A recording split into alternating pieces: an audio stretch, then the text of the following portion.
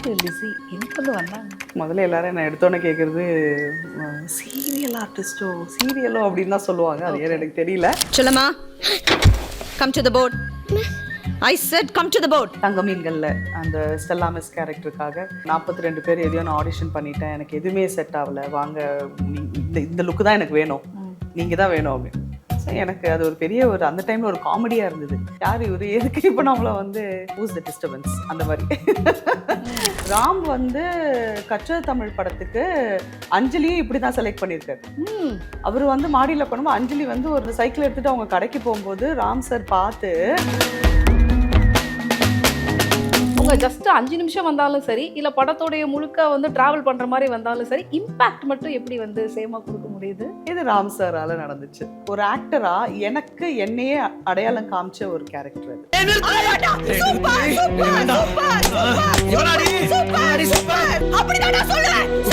ஸ்ரீதர்ஷினி பண்ண நல்ல நல்ல படங்கள்லாம் இப்போ வரைக்கும் மக்கள் நான் நினைச்சிட்டு இருக்காங்க. மேம் கவின்ல சூப்பரா பண்ணீங்க. யார் பண்ணாங்க அப்படின்னு. கவின்ல மேம் சூப்பரா பண்ணீங்க. பிரியதர்ஷினி நல்லா பண்ணாங்க அப்படின்னு. நான் கம்ஃபர்டபுளான ஜானர் எதுவாக இருந்தாலும் நான் ட்ரை பண்ணுவேன். எனக்கு கம்ஃபர்ட்டாக இல்லாத எதுவுமே நான் பண்ண மாட்டேன். ஸ்டார்ட் ஆரம்ப காலத்தில் கொஞ்சம் அந்த கிளாமர் மாதிரிலாம் வந்து கேட்பாங்க. எந்த ஆங்கிள்லேருந்து பார்த்துட்டா என்ன வந்து கேட்குறீங்கிற மாதிரி இருக்கும். எனக்கு என்னோட தகுதி என்னங்கிறத இன்னொருத்த முடிவு எடுக்க நான் விட மாட்டேன். அதுக்கு யாருக்குமே உரிமை இல்லை. என் தகுதி என்ன, நான் அதுக்கு உனக்கு ரைட் இல்லை. ஹீரோக்கு அம்மா அப்படின்னாங்க ரீசெண்டாக. இந்த அம்மாவா பேக்ரவுண்டில் சும்மா அப்படி நிற்கிறாங்களா, இல்லை அம்மா எதா பண்ணுறாங்களா அப்படின்னு நான் பண்ணுறாங்கன்னா எனக்கு சொல்லுங்க அப்படின்னு நான் வீட்டில் என் பையனுக்கு அம்மாவை சும்மா உட்காந்துருக்கேன். காஸ்ட்லி மிஸ் ஏதாவது இருக்கா? சார்பட்டா என்ன ரோல்? ரொம்ப வருத்தம், கோவம், அழுக, எனக்கு எல்லாம் வந்துச்சு. ஃபோன் பண்ணி சண்டை போட்டேன் நான் ரஞ்சித் சார்கிட்ட. எப்படி வந்து லிசி சூப்பராக இருக்கும், இதுக்கு லிசி பண்ணும் அப்படின்னு நான் கேட்குறேன். நான் மாடு மேய்ச்சா கரெக்டாக இருக்குமான்னு கேட்குறேன். நீ சூப்பராக மேய்ப்பா வாடுறாரு. உங்கள் வீட்டில் டீ காஃபி இல்லையா? இல்லை என் வீட்டில் நான் மட்டும்தான் இருக்கேன். நான் டீ குடிக்க மாட்டேன், காஃபி குடிக்க மாட்டேன். இல்லை யாரும் வரவங்களுக்கு, என் வீட்டில் யாரும் வராதீங்க, ஏன் வரீங்க? ஆக்சுவலாக ஒரு டாக்காட்டிவே வந்து இன்னொருத்தவங்களை பார்த்து மிரண்டு போன ஒரு தருணம் இருந்ததுன்னா அது இந்த இன்டர்வியூ தான். Welcome to cinema express. இன்றைக்கி என் கூட ஒரு சூப்பரான ஒரு நபரை இணைஞ்சிருக்காரு. நான் ரொம்ப எப்போவுமே வந்து நீட்டி முழக்கி பெரிய விஷயங்கள் பில்டப்ஸ்லாம் கொடுத்துட்டு போகாமல் ஸ்ட்ரைட்டாக வந்துடுவேன். எனக்கு ரொம்ப பிடிச்ச ஒரு நபர் அப்படின்னு தான் சொல்லணும், Lizzie Antony. Welcome to my show. Thank you so much. இருக்கீங்க?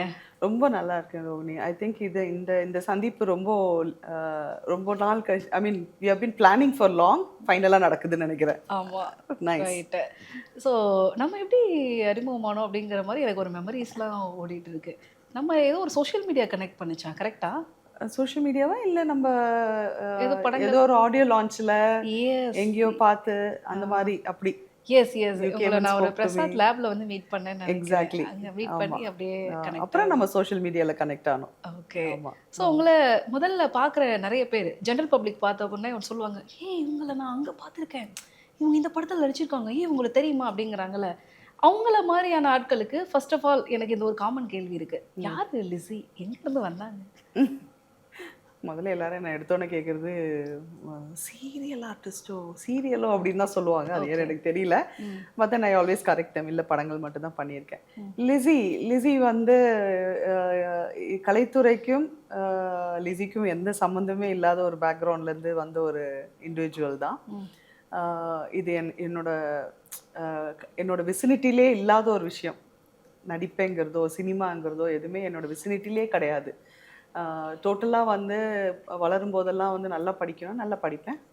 ஸோ நல்லா படிக்கணும், வேலைக்கு போயிடணும், இண்டிபெண்ட்டாக இருக்கணும். பிகாஸ் எங்கள் அம்மம்மா வந்து 92 வயசு வரைக்கும் வேலை பார்த்தவங்க.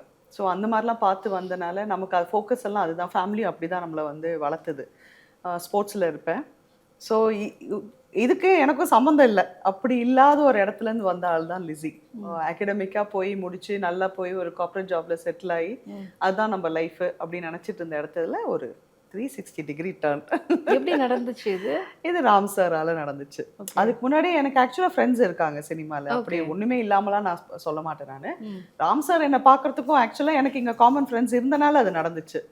அப்படி என்ன ஒரு இடத்துல அவர் பார்த்து அவர் வந்து தங்க மீன்களில் அந்த ஸ்டெல்லா மிஸ் கேரக்டருக்காக 42 பேர் எதையோ நான் ஆடிஷன் பண்ணிட்டேன், எனக்கு எதுவுமே செட் ஆகலை, வாங்க இந்த இந்த லுக்கு தான் எனக்கு வேணும், நீங்கள் தான் வேணும் அப்படின்னு. ஸோ எனக்கு அது ஒரு பெரிய ஒரு அந்த டைமில் ஒரு காமெடியாக இருந்தது. யார் இவர், எதுக்கு இப்போ நம்மளை வந்து ஊஸ் த டிஸ்டர்பன்ஸ் அந்த மாதிரி அப்படி தான் இருந்துச்சு. அண்ட் பட் ஆனால் பாருங்க, அதுதான் வாழ்க்கையோட இது. தொடக்கமா இருந்திருக்கு. டெஸ்டினி வந்து உங்கள் தலையில் ஒரு விஷயம் எழுதி இருந்தால் அது எங்கேருந்து வரும், எப்படி வரும், நடந்தே தீரும் என்ன ஆனாலும். அதுதான். ஓகே. எனக்கு சில பேர் வந்து இந்த 80s காலகட்டத்தில் வந்து சொல்லுவாங்க, இப்போ பாரதி ராஜா சார், பாக்யராஜ் சார்லாம் வந்து பப்ளிக்கில் ஒரு சிலரை வந்து பார்க்குறப்ப அங்கேயே பிக் பண்ணுவாங்களா, இங்கே வாங்க அப்படின்னு சொல்லிட்டு உடனே அசிஸ்டன்ட் டைரக்டரை கூப்பிட்டுட்டு இந்த மாதிரி இவங்களை என்னன்னு கேளுங்க அப்படின்னு சொல்லிட்டு விசாரிச்சுட்டு ஆடிஷன் வச்சு உடனே நடிக்கலாம் வச்சுருக்காங்களா. இப்பயும் வந்து ஒருத்தரை பார்த்த உடனே அந்த கற்பூரம் மாதிரி பற்றிக்கிற ஏதோ ஒரு மொமெண்ட் இருக்கிறதெல்லாம் எப்படி பார்க்குறீங்க? நீங்கள் வந்து இது நான் வந்து இப்போ நம்ம வளர்ந்து வர டைம்ல இதெல்லாம் கேள்விப்படும்போது சிரிச்சிருக்கேன், இதெல்லாம் அது காமெடியா இருக்கு அப்படின்ட்டு. நமக்கே அது நடக்கும்போது தான் அப்படியா அப்படின்னு. அதுக்கப்புறம் later on came to know, Ram வந்து கற்ற தமிழ் படத்துக்கு அஞ்சலியும் இப்படிதான் செலக்ட் பண்ணியிருக்காரு. அவர் வந்து மாடியில் உட்காந்து அஞ்சலி வந்து ஒரு நாடார் சைக்கிள் மாதிரி, அந்த பெரிய சைக்கிள், அந்த சைக்கிளுக்கு அப்படி தானே சொல்லுவாங்க, அந்த பெரிய சைக்கிளுக்கு அந்த சைக்கிள் எடுத்துட்டு அவங்க கடைக்கு போகும்போது ராம் சார் பார்த்து, இந்த பொண்ணு அந்த நம்ம படத்துக்கு கரெக்டாக இருக்குன்னு சொல்லி ஓடி போய் அது யாரும் கூட தெரியாம சைக்கிளை நிப்பாட்டி அப்படிதான் வந்து அஞ்சலியை கூப்பிட்டாங்கன்னு சொல்லி எனக்கு சொல்லியிருக்காங்க. ஸோ அவருக்கு அது இன்னும் இருக்குது போல, இதுலயே பாப்பார் போல, அவருக்கு மைண்ட்ல ஒண்ணு இருந்து அந்த இது பார்த்துட்டா அவரு பர்சியூ பண்ணி பிடிச்சிடுவார் போல. ஓகே. ஸோ இண்டஸ்ட்ரியை பொறுத்த வரைக்கும் நீங்கள் ஒன்ஸ் வந்து உள்ளே நுழைஞ்சதுக்கப்புறம் நிறைய படங்கள் வந்து அப்படியே தொடர்ச்சியாக பண்ண ஆரம்பிச்சதுக்கப்புறம் ஒரு மனசில் என்னைக்காவது தோணுச்சா உங்களுக்கு, ரொம்ப லேட்டாக வந்து என்ட்ரி கொடுத்துட்டோமோ, கொஞ்சம் முன்னாடியே ட்ரை பண்ணியிருக்கலாமா அப்படிங்கிற மாதிரிலாம் சும்மா ஒரு இதில் கேட்குறேன்? இல்லை, அதில் 100% இருக்குது எனக்கு. என்னன்னா நம்ம ஒரு ஏஜுக்கு மேலே வரும்போது நமக்கு லிமிட்டேஷன்ஸ் இருக்கு. அதில் எனக்கு ஆமாம் அதில் எனக்கு ரொம்ப வருத்தம் இருக்குது ஆக்சுவலாக. அது வந்து ஸ்டார்டிங்கில் எனக்கு இதோட இது தெரியல, ஆனால் போக போக வந்து the more and more movies I did, இன்னும் கேரக்டர்ஸ்லாம் எக்ஸ்ப்ளோர் பண்ணும்போது ஐயோ லேட்டாக வந்துட்டோமே, இப்போ வருத்தமாக இருக்குது. நம்ம வந்து கேபி சார் எல்லாரும் கூட ஒர்க் பண்ணலையே, அவங்களெல்லாம் நான் பார்க்கலையே அப்படிங்கிறது வந்து, ஏன்னா எவ்வளோ ஸ்ட்ராங் ரோல்ஸ் கொடுத்தவர் ஃபார் விமென் இன் பர்டிகுலர். அதில் பெரும் வருத்தம் இருக்குது எனக்கு ஆக்சுவலாக. லேட்டாக வந்துட்டோம், இப்போ நமக்கு வந்து சரி இங்கேருந்து நம்ம என்ன பெஸ்ட்டாக பண்ண முடியும் அப்படிங்கிறது தான் என்னோட ஃபோக்கஸ். ஏன்னா இன்னைக்கு கேரக்டர் ரோல்ஸ் பண்ணுறவங்க பெரும்பாலும் வந்து அம்மா கதாபாத்திரங்கள், வீட்டில் ஒரு அண்ணியா இல்லை ஒரு ஏதோ ஒரு உறவா ஒரு கதாபாத்திரம் வந்து பண்ணுறப்ப பெரும்பாலும் வந்து போகக்கூடிய சூழல் வந்து நிறைய இருக்கும். பட் அந்த அட்மாஸ்பியரையும் வந்து கவனிக்க வைக்கக்கூடிய அளவிற்கு சில பேரால் மட்டும்தான் கிராப் பண்ண முடியும். லிசியோட ரோல்ஸை பொறுத்த வரைக்கும் நான் அதை தான் பார்க்குறேன். அவங்க ஜஸ்ட் 5 நிமிஷம் வந்தாலும் சரி, இல்லை படத்தோடைய முழுக்க வந்து ட்ராவல் பண்ணுற மாதிரி வந்தாலும் சரி, இம்பேக்ட் மட்டும் எப்படி வந்து சேமாக கொடுக்க முடியுது? இல்லை, அது வந்து வரும். அது எனக்கு சொல்ல தெரியல. ஏன்னா நான் வந்து எந்த படம் எனக்கு ஞாபகம் இல்லை, ரைட்டர் நினைக்கிறேன். ரைட்டரோட இந்த ஷோ ப்ரிவ்யூ ஷோ அப்போ வந்து நான் முடிச்சுட்டு வெளியில் வந்தப்போ நம்ம இண்டஸ்ட்ரியில் இருக்கிற நல்ல ஒரு ஆப்பனிங் டாப் டிஓபிஸ் கேமராமேன் எல்லாம் நின்று பேசிகிட்டு இருந்தாங்க. அப்போ என்னை பார்த்த உடனே அவங்க வந்து கூப்பிட்டு, மேம் உங்களுக்கு வந்து லைட்டாக ஒரு ஃப்ரேம் வச்சா போதும்ல, எல்லாரையும் தூக்கி சாப்பிட்டு போயிடுவீங்கல்ல அப்படின்னாங்க. அந்த மாதிரி ஒரு கமெண்ட் அப்போ தான் ஃபர்ஸ்ட் டைம் வந்து நான் கேட்குறேன். அப்போ நான் சரியாக தான் கணிச்சிருக்கேன், கரெக்டா? அப்போ தான் நான் ஃபர்ஸ்ட் டைம் கேட்குறேன் நான். அப்புறம் வந்து அப்புறம் இது எனக்கு நிறைய என்கிட்ட வந்துச்சு. என்னன்னா, நீங்கள் ஃப்ரேமில் இருந்தீங்கன்னா அதை நீங்கள் நோட்டீஸ் பண்ண வச்சிடுறீங்க அப்படின்ட்டு. இதுக்கு நான் ஸ்பெஷலாலாம் நான் எதுவும் பண்ணலை. முதல்ல என்னை நோக்கி வருது அந்த மாதிரி கேரக்டர்ஸ் ஃபர்ஸ்ட் டைம். அந்த கேரக்டர்ஸ்க்கு நான் உண்மையாக இருக்கேன். ஏன்னா எனக்கு ஒரே ஒன்று தான், என்னை நம்பி ஒன்று கொடுக்கும்போது அது ஒரு மிகப்பெரிய பொறுப்பாக நான் பார்க்குறேன் ரோகிணி. என்னென்னா, ஒருத்தர் அதை எழுதி எவ்வளோ ரசித்து எழுதியிருப்பாங்க. ஒரு ரைட்டருக்கு தெரியும், எந்த ஒரு கேரக்டரையும் அவர் சும்மா எழுதிட்டு போக மாட்டார். அந்த இடத்துல அது வரணும், அவர் லைஃப்பில் பார்த்ததா இருக்கும், அது இம்பேக்ட் பண்ணதாக இருக்கும், அவர் வாழ்க்கை ஏதோ ஒரு இடத்துல தொட்டுட்டு போன ஒரு ஒரு இதுவாக இருக்கும், ஒரு கேரக்டராக இருக்கும். அப்படி ஒரு விஷயத்தை நம்ம கொடுக்கும்போது அதுக்கு நான் வந்து 100% ஜஸ்டிஃபிகேஷன் பண்ணோங்கிறது இட் இஸ் மை ரெஸ்பான்சிபிலிட்டி. நான் அப்படி தான் பார்க்குறேன். சில ஆர்டிஸ்ட் கூட பேசிகிட்டு இருந்தேன், அப்போ வந்து சொல்லிக்கிட்டு இருந்தாங்க, ஒரு கலைஞனுடைய வெற்றி எப்போ அப்படின்னா, ஒரு ரைட்டர் வந்து எழுதிக்கிட்டு இருக்கிறப்பவே இந்த கதாபாத்திரத்துக்கு நேராக அந்த பர்டிகுலர் நடிகருடையோ பேரையோ நடிகையோடைய பேரையோ சேர்த்து எழுதிடணும், அதுதான் வந்து உண்மையான வெற்றி. எழுதுனதுக்கு பிறகு வந்து இதுக்கு இவங்களை போடுங்க, இதுக்கு இவங்களை கூப்பிடுங்கன்னு சொல்லக்கூடாது. எழுதுறப்பவே பேர் வந்து இவங்களுக்கு தான் அப்படின்னு எழுதி வைக்கப்படுவது தான் மிகப்பெரிய வெற்றியா இருக்கும் அப்படின்னு சொல்லிட்டு பேசாங்க. இதை பத்தி உங்களுடைய ஒப்பீனியன் என்ன? ஏன்னா எனக்கு இப்போ நீங்க சொல்ற இதே விஷயம் வந்து என்கிட்ட ஒரு ரைட்டர் சொன்னப்போ நான் ரொம்ப சந்தோஷப்பட்டேன். ம். இல்ல நான் தைரியமா எழுதினேன். ஏன்னா நீங்க உங்கள தான் நாங்க கேட்க போறோம்னு தெரியும். அப்போ நான் எழுதலாம். நீங்க அதை பண்ணிடுவீங்கன்னு தெரியும்னு ஒரு ரைட்டர் எனக்கு சொன்னாரு. ஸோ அப்போ அது எவ்வளோ பெரிய காம்ப்ளிமெண்ட்டுங்கிறது கொஞ்சம் டைம் எடுத்துச்சு எனக்கு சிங்க் ஆகிறதுக்கு. ஒருத்தர் எழுதும் போதே அதை அப்படி யோசிச்சு லிசி தானே பண்ண போறாங்க, லிசி வந்து லிசியால் இதை கேரி பண்ண முடியும், லிசியால் இதை எக்ஸிக்யூட் பண்ண முடியும் அப்படின்னு சொல்லி அதை எழுதுறது வந்து பெரிய ஒரு வரம். நம்ம அந்த இடத்துக்கு வந்திருக்கோம் அப்படின்னா இந்த யூனிவர்ஸ் வந்து என்னை வாழ்த்திக்கிட்டே நிற்குது எனக்காகன்னு தான் நான் சொல்லுவேன். ஓகே. நீங்க வந்து வேற ஒரு ஃபீல்டில் மெயினோ என்ன ஃபீல்டில் இருந்தீங்க? ஷிப்பிங்ல இருந்தேன் நான். ஓகே. கம்ப்ளீட்டா என்ன வேற இதுல இருந்திருக்கு. ஏன்னா அங்க இருந்து கரெக்டா இந்த சைடு வந்ததுக்கு பிறகு இந்த லேர்னிங் ப்ராசஸும் ஆக்டிங்கான ப்ராசஸிங் வந்து எப்படிப்பட்ட ஒரு லெசனா இருந்தது? எடுத்தோடனே எமோஷனல் கேரக்டர்ஸ் நிறைய நான் பார்த்தேன், டெப்த்தான ஒரு ரோல்ஸும் பார்த்தேன். இதுக்கு லேர்னிங் ப்ராசஸ்ன்னு நான் எப்பவுமே இன்னைக்கு வரைக்குமே நம்ம வந்து இப்போ என்னோட 75வது ப்ராஜெக்ட்ல நான் ஒர்க் பண்ணிட்டு இருக்கேன். 75. ஆமா. ஸோ ப்ராசஸ் ஆனால் எனக்கு மாறவே இல்லை. எனக்கு அதே ப்ராசஸ் தான். ஒரு கேரக்டர் கொடுத்துட்டா அந்த இடத்துல வந்து நான் அந்த கேரக்டராக இருக்கணும். அந்த கேரக்டர் எப்படி யோசிக்கும், அந்த கேரக்டர் எப்படி நிற்கும் அப்படிங்கிறதெல்லாம் வந்து ஒரு ஒரு ஒரு பேசிக் ஒரு ஸ்கெட்ச் நான் மைண்டில் வந்து போட்டுருவேன். நான் அதை மீறி போக மாட்டேன். ப்ளஸ் டைரக்டர் கிட்ட வந்து நிறைய டிஸ்கஸ் பண்ணுவேன். நொச்செல்லாம் பண்ண மாட்டேன். ஆனால் தெரிஞ்சுப்பேன் அவருக்கு அந்த கேரக்டர் எப்படி வேணும் அப்படிங்கிறத தெரிஞ்சுப்பேன். அந்த ஒரு பேசிக் க்ரைட்டீரியாவை நீங்கள் அண்டர்ஸ்டாண்ட் பண்ணி அந்த கோட்டுக்குள்ளே நின்றுட்டாலே அது அழகாக வந்துடும். ஆனால் அந்த ஹோம்ஒர்க் வேணும் மினிமமாக. யாரும் உங்களை வந்து அந்த கேரக்டராகவே வாழ்ந்து பட்னி கடந்து அப்படியே என்னமெல்லாம் பண்ணுங்கள்லாம் யாரும் சொல்லலை. அட்லீஸ்ட் வந்து உங்களுக்கு கொடுத்த பொறுப்பை வந்து நீங்கள் மெனக்கட்டு அதை வந்து புரிஞ்சிக்க ட்ரை பண்ணுறதுங்கிறது ஒரு பேசிக் ரிக்குவயர்மெண்ட் என்னை பொறுத்த வரைக்கும். ஓகே. கேரக்டர் ரோல்ஸ் பண்ணுற ஆர்டிஸ்ட்க்கு வந்து இப்போ ஃபுல் கதை வந்து நரேட் பண்ணக்கூடிய ஒரு ஸ்டைல் இருக்குன்னு நினைக்கிறீங்களா? ஏன்னா நிறைய பேர்ட்ட கேட்குறப்போ அவங்களுடைய கேரக்டர்ஸ் மட்டும் லைட்டாக எக்ஸ்பிளைன் பண்ணிவிட்டு சொல்லிடுவாங்க, மேலோட்டமாக இருக்குன்னு சொல்லுவாங்களா? உங்களுடைய விஷயத்தை பொறுத்த வரைக்கும் அந்த நரேட்டிவ்ஸ் இருக்கா? நான் கேட்பேன். இல்லை புக்கு கொடுங்க நான் படிச்சுக்கிறேன், ஸ்கிரிப்ட் கொடுங்க படிச்சுக்கிறேன்னு சொல்லுவேன். நான் படிச்சுக்கிறேன்னு சொன்னேன். இப்போ யாரும் கேட்கறது இல்லை. அவங்க சைடும் அந்த ஆதங்கம் இருக்கு. ரைட். யாருமே கேட்கறது இல்லை. இப்போ வரவங்க வந்து எனக்கு தெரிஞ்சு ஒரு சில ஆர்டிஸ்ட், அப்கமிங் ஆர்டிஸ்ட் நான் சொல்றேன், பரவாயில்ல சார் செட்டில் சொல்லுங்க பார்த்துக்கலாம் அப்படின்னா என்ன அர்த்தம் எனக்கு புரியல.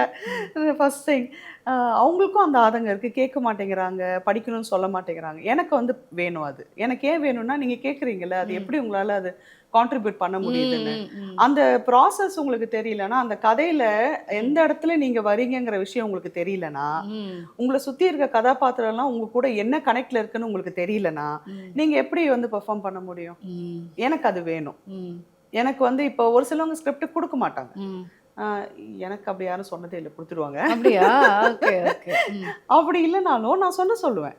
But I prefer reading. எனக்கு பிடிக்கும், படிக்கிறது ரொம்ப பிடிக்குங்கிறனால நான் கேட்பேன். இல்லைன்னா சொன்னாலும் நான் உட்காந்து கதை கேட்பேன்.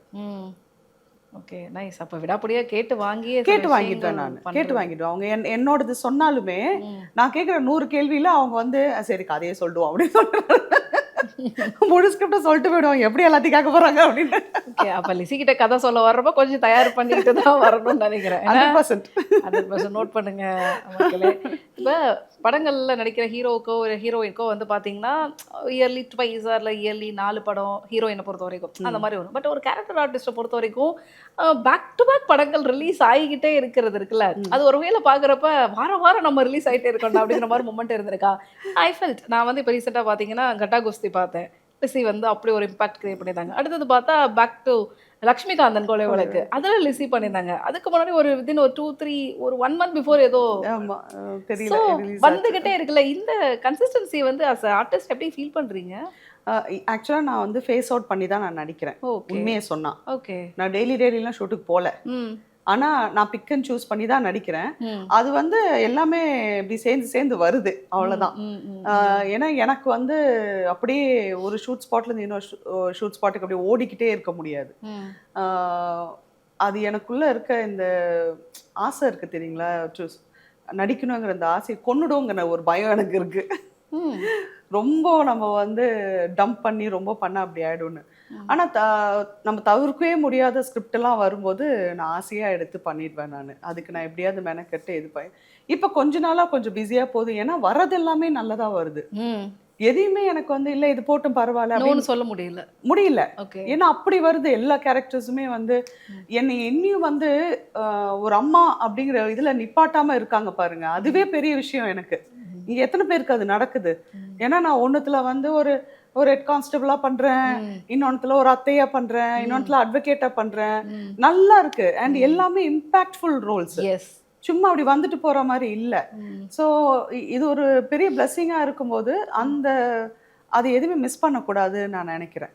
இல்ல ஒரு சிலதெல்லாம் வந்து எனக்கு பெருசா கேட்கும்போது எனக்கு தெரிஞ்சிடும். என்கிட்ட வந்து ஹீரோக்கு அம்மா அப்படின்னாங்க ரீசெண்டா. இந்த அம்மாவா பேக்ரவுண்ட்ல சும்மா அப்படி நிக்கிறாங்களா, இருப்பாங்களா? இல்ல அம்மா ஏதா பண்றாங்களா அப்படின்னு நான் பண்றாங்கன்னா எனக்கு சொல்லுங்க அப்படின்னு அதுல நான் ரொம்ப கிளியரா இருக்கேன். நான் வீட்டுல என் பையனுக்கு அம்மாவா சும்மா உட்காந்து செட்ல போய் சும்மா உட்கார முடியாது. ஓகே, புரியுது புரியுது. பட் ஆனா சம்டைம் வந்து நம்ம எல்லா கணிப்பும் சரியா இருக்கும்னு சொல்ல முடியாது. அப்படி ஏதாவது காஸ்ட்லி மிஸ் இருக்கா லிஸிக்கு? ஏன் புரியல? அப்படி காஸ்ட்லி மிஸ் ஏதாவது இருக்கா? நான் மிஸ் பண்ணதா ரொம்ப எக்ஸ்பென்சிவா தான் இருக்கும்னு நினைக்கிறேன். அதான் நானும் கேட்கிறேன். சார்பட்டா என்ன ரோல்? ஆர்யா அம்மா ரோல். ஆர்யா சார்து அம்மா ஓகே ரோல். ஓகே. அதெல்லாம் வந்து என்னோட அலர்ட்டா இல்லாதப்போ போயிடுச்சுங்க அது. ஓகே. எனக்கு வந்துட்டு நம்ம வந்து வேற ஒரு ஒர்க்ல பிஸியா இருக்கும்போது போனை எடுத்தப்போ ஒரு மிஸ்கம்யூனிகேஷன் ஆகும் இல்லையா? புரியுது. ஷூட்ல இருக்கேன். எதிர்ச்சியா தான் நம்ம கைக்கு போனே வரும் ஷூட்ல இருக்கும்போது. கரெக்டா ஒரு கால் வருது, அன்னோன் நம்பர். எடுக்கிறேன். ஆர்யா சாருக்கு அம்மாவா பண்ணுவீங்களா? ஆர்யா சாருக்கா? இவ்வளவுதான் நான் கேட்டேன். ஆர்யா சாருக்கா அப்படின்னு. ஆமா மேடம் செட் ஆகாது மேடம்ட்டாங்க. அவரும் கட் பண்ணிட்டாரு உடனே. என்னையும் அடுத்த ஷாட் கூப்பிட்டாங்க. சரி நானும் போயிட்டேன். இது அப்படியே எனக்கு போயிடுச்சு. அதுக்கப்புறமா எனக்கு வந்து தமிழ் பிரபா ரைட்டர் வந்து எப்படி அதை பண்ண மாட்டேன்னு சொல்லுவீங்க? அவங்க இப்ப என்ன சொல்லியிருக்காங்க, ஆர்யா சாருக்குலாம் அம்மா ரோலா பண்ண மாட்டேன்னு சொல்லிட்டாங்க. ஓ, அப்படியே மாறி அப்படிதான் பண்ணுவாங்க. இங்க அந்த மாதிரி நல்ல உள்ளங்கள் நிறைய பேர் இருக்கிறதுனால இருக்காங்க. நம்ம கொஞ்சம் அலர்ட்டா தான் இருக்கணும். எனக்கு அதுல வந்து எனக்கு ரொம்ப வருத்தம், கோவம், அழுக, எனக்கு எல்லாம் வந்துச்சு. போன் பண்ணி சண்டை போட்டேன் நான் ரஞ்சித் சார்ட்ட. எப்படி வந்து போலாம்? நீங்க எனக்கு ஒரு மெசேஜ் பண்ணிருக்கலாம், ஒரு வாய்ஸ் நோட் போட்டிருக்கலாம், டைரக்டா கேட்டிருக்கலாம். கூப்பிட்டவரு இந்த கம்பெனின்னு கூட எனக்கு சொல்லல. எனக்கு அது யாருன்னு எனக்கு தெரிஞ்சாகணும். இப்ப வரைக்கும் யாருமே நாங்க இல்லன்றாங்க. எல்லா மேனேஜர்ஸுமே பயந்துட்டாங்க நினைக்கிறேன். லிஸி கையில மாட்டுறது கன்ஃபார்மா சண்டை போடுவேன். இன்டர்வியூ பார்த்ததுக்கு அப்புறம் கண்டிப்பா சொல்லுவோம், ஆத்தாடி நான் சொல்லல அப்படின்னு நினைச்சேன்னா. இல்ல நான் அங்க ஆபீஸ்க்கு போய் மிரட்டியிருக்கேன், எல்லாரையும் கூப்பிடுங்க அப்படின்னு. நான் சொன்னேன் இதுலதான் அந்த கருப்பாடு எங்கேயோ இருக்குது அப்படின்னு. நிக்க வச்சு என்கொயரி பண்ணிருக்கீங்க போல இருக்கு. Definitely costly miss. இந்த மாதிரி மிஸ் ஆனது வந்து எனிதிங் எல்ஸ்? நட்சத்திரம் நகர்கிறதுல ஆக்சுவலா அது நான் தான் வேணாம்னு சொன்னேன். ஓகே. கீதா கைலாசம் தான் கரெக்ட் அந்த ரோலுக்கு அப்படின்னு சொல்லிட்டு. ஏன்னா கலைக்கு அம்மாவா நாங்க வந்து எனக்கு ஐ டோன்ட் பிலீவ் தலையில ஒரு 4 வெள்ளை முடி இப்படி போட்ட உடனே ஏஜ் தெரிஞ்சிடுங்கிறத நான் ஒத்துக்க மாட்டேன். எனக்கு அது உட்காரல. புரியுது. உட்காராதது, நானே கன்வின்ஸ் ஆகாததை நான் எப்படி ஆடியன்ஸை கன்வின்ஸ் பண்ண முடியும்? அதனால நான் பண்ணலை.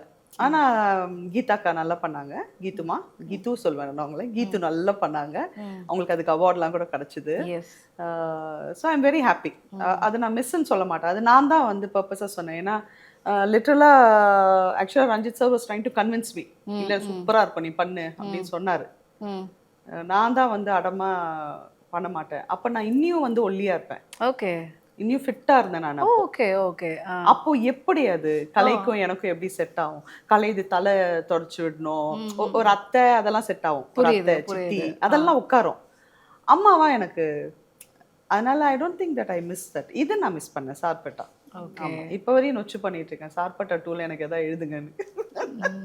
கண்டிப்பா எழுதுவாங்க. எனக்கு வந்து தெரியல, எழுதுவாங்க. கேட்டதுக்கே எழுதிருப்பாங்கன்னு நினைக்கிறேன். எனக்கு தெரியல, ஆனா எனக்கு ரொம்ப வருத்தம் இருக்கு அது மிஸ் ஆனது.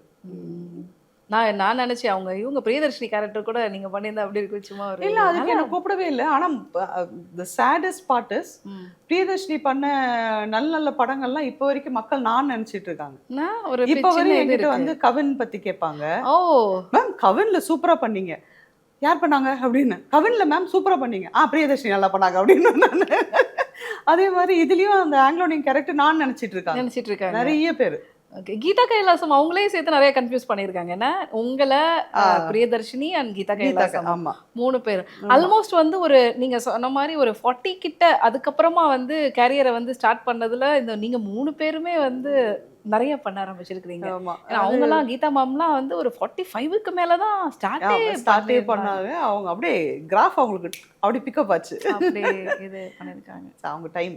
I'm very happy for her. Yes, Tamil சினிமாவில் இப்போ சமீப காலங்களில் ஒரு நான் சொல்கிறது ஒரு 10 இயர்ஸ்க்கான இதில் எடுத்துக்கிட்டோம் அப்படின்னா நிறைய அம்மாக்கள் வந்து நம்ம திரும்பி திரும்பி பார்த்த அம்மாக்களில் Saranya ma'am, Devadarshini ma'am, so இவங்க எல்லாருமே வந்து கொஞ்சம் அதிகப்படியாக நம்ம பார்த்துட்டு வரோம்ல. ஸோ இப்போ அதில் இருந்து இல்லை அம்மாக்கள்லே வந்து கொஞ்சம் இதுலேயும் இந்த அண்ணிகள் இந்த மாதிரியான கேரக்டர்ஸ்லேருந்து வெவ்வேறு முகங்களை கொண்டு வரலாம் அப்படிங்கிற மாதிரியான போக்கே இப்போ தான் ஆரம்பிச்சிருக்கிறதா நான் பார்க்குறேன். இல்லைன்னா ரிப்பீட்டடாக நீங்கள் பார்த்தீங்க அப்படின்னா ஹீரோ மாறுவார், இது பண்ணுவார், அம்மாங்கிறவங்க அப்படியே ஒரே இதில் நிற்பாங்கல்ல.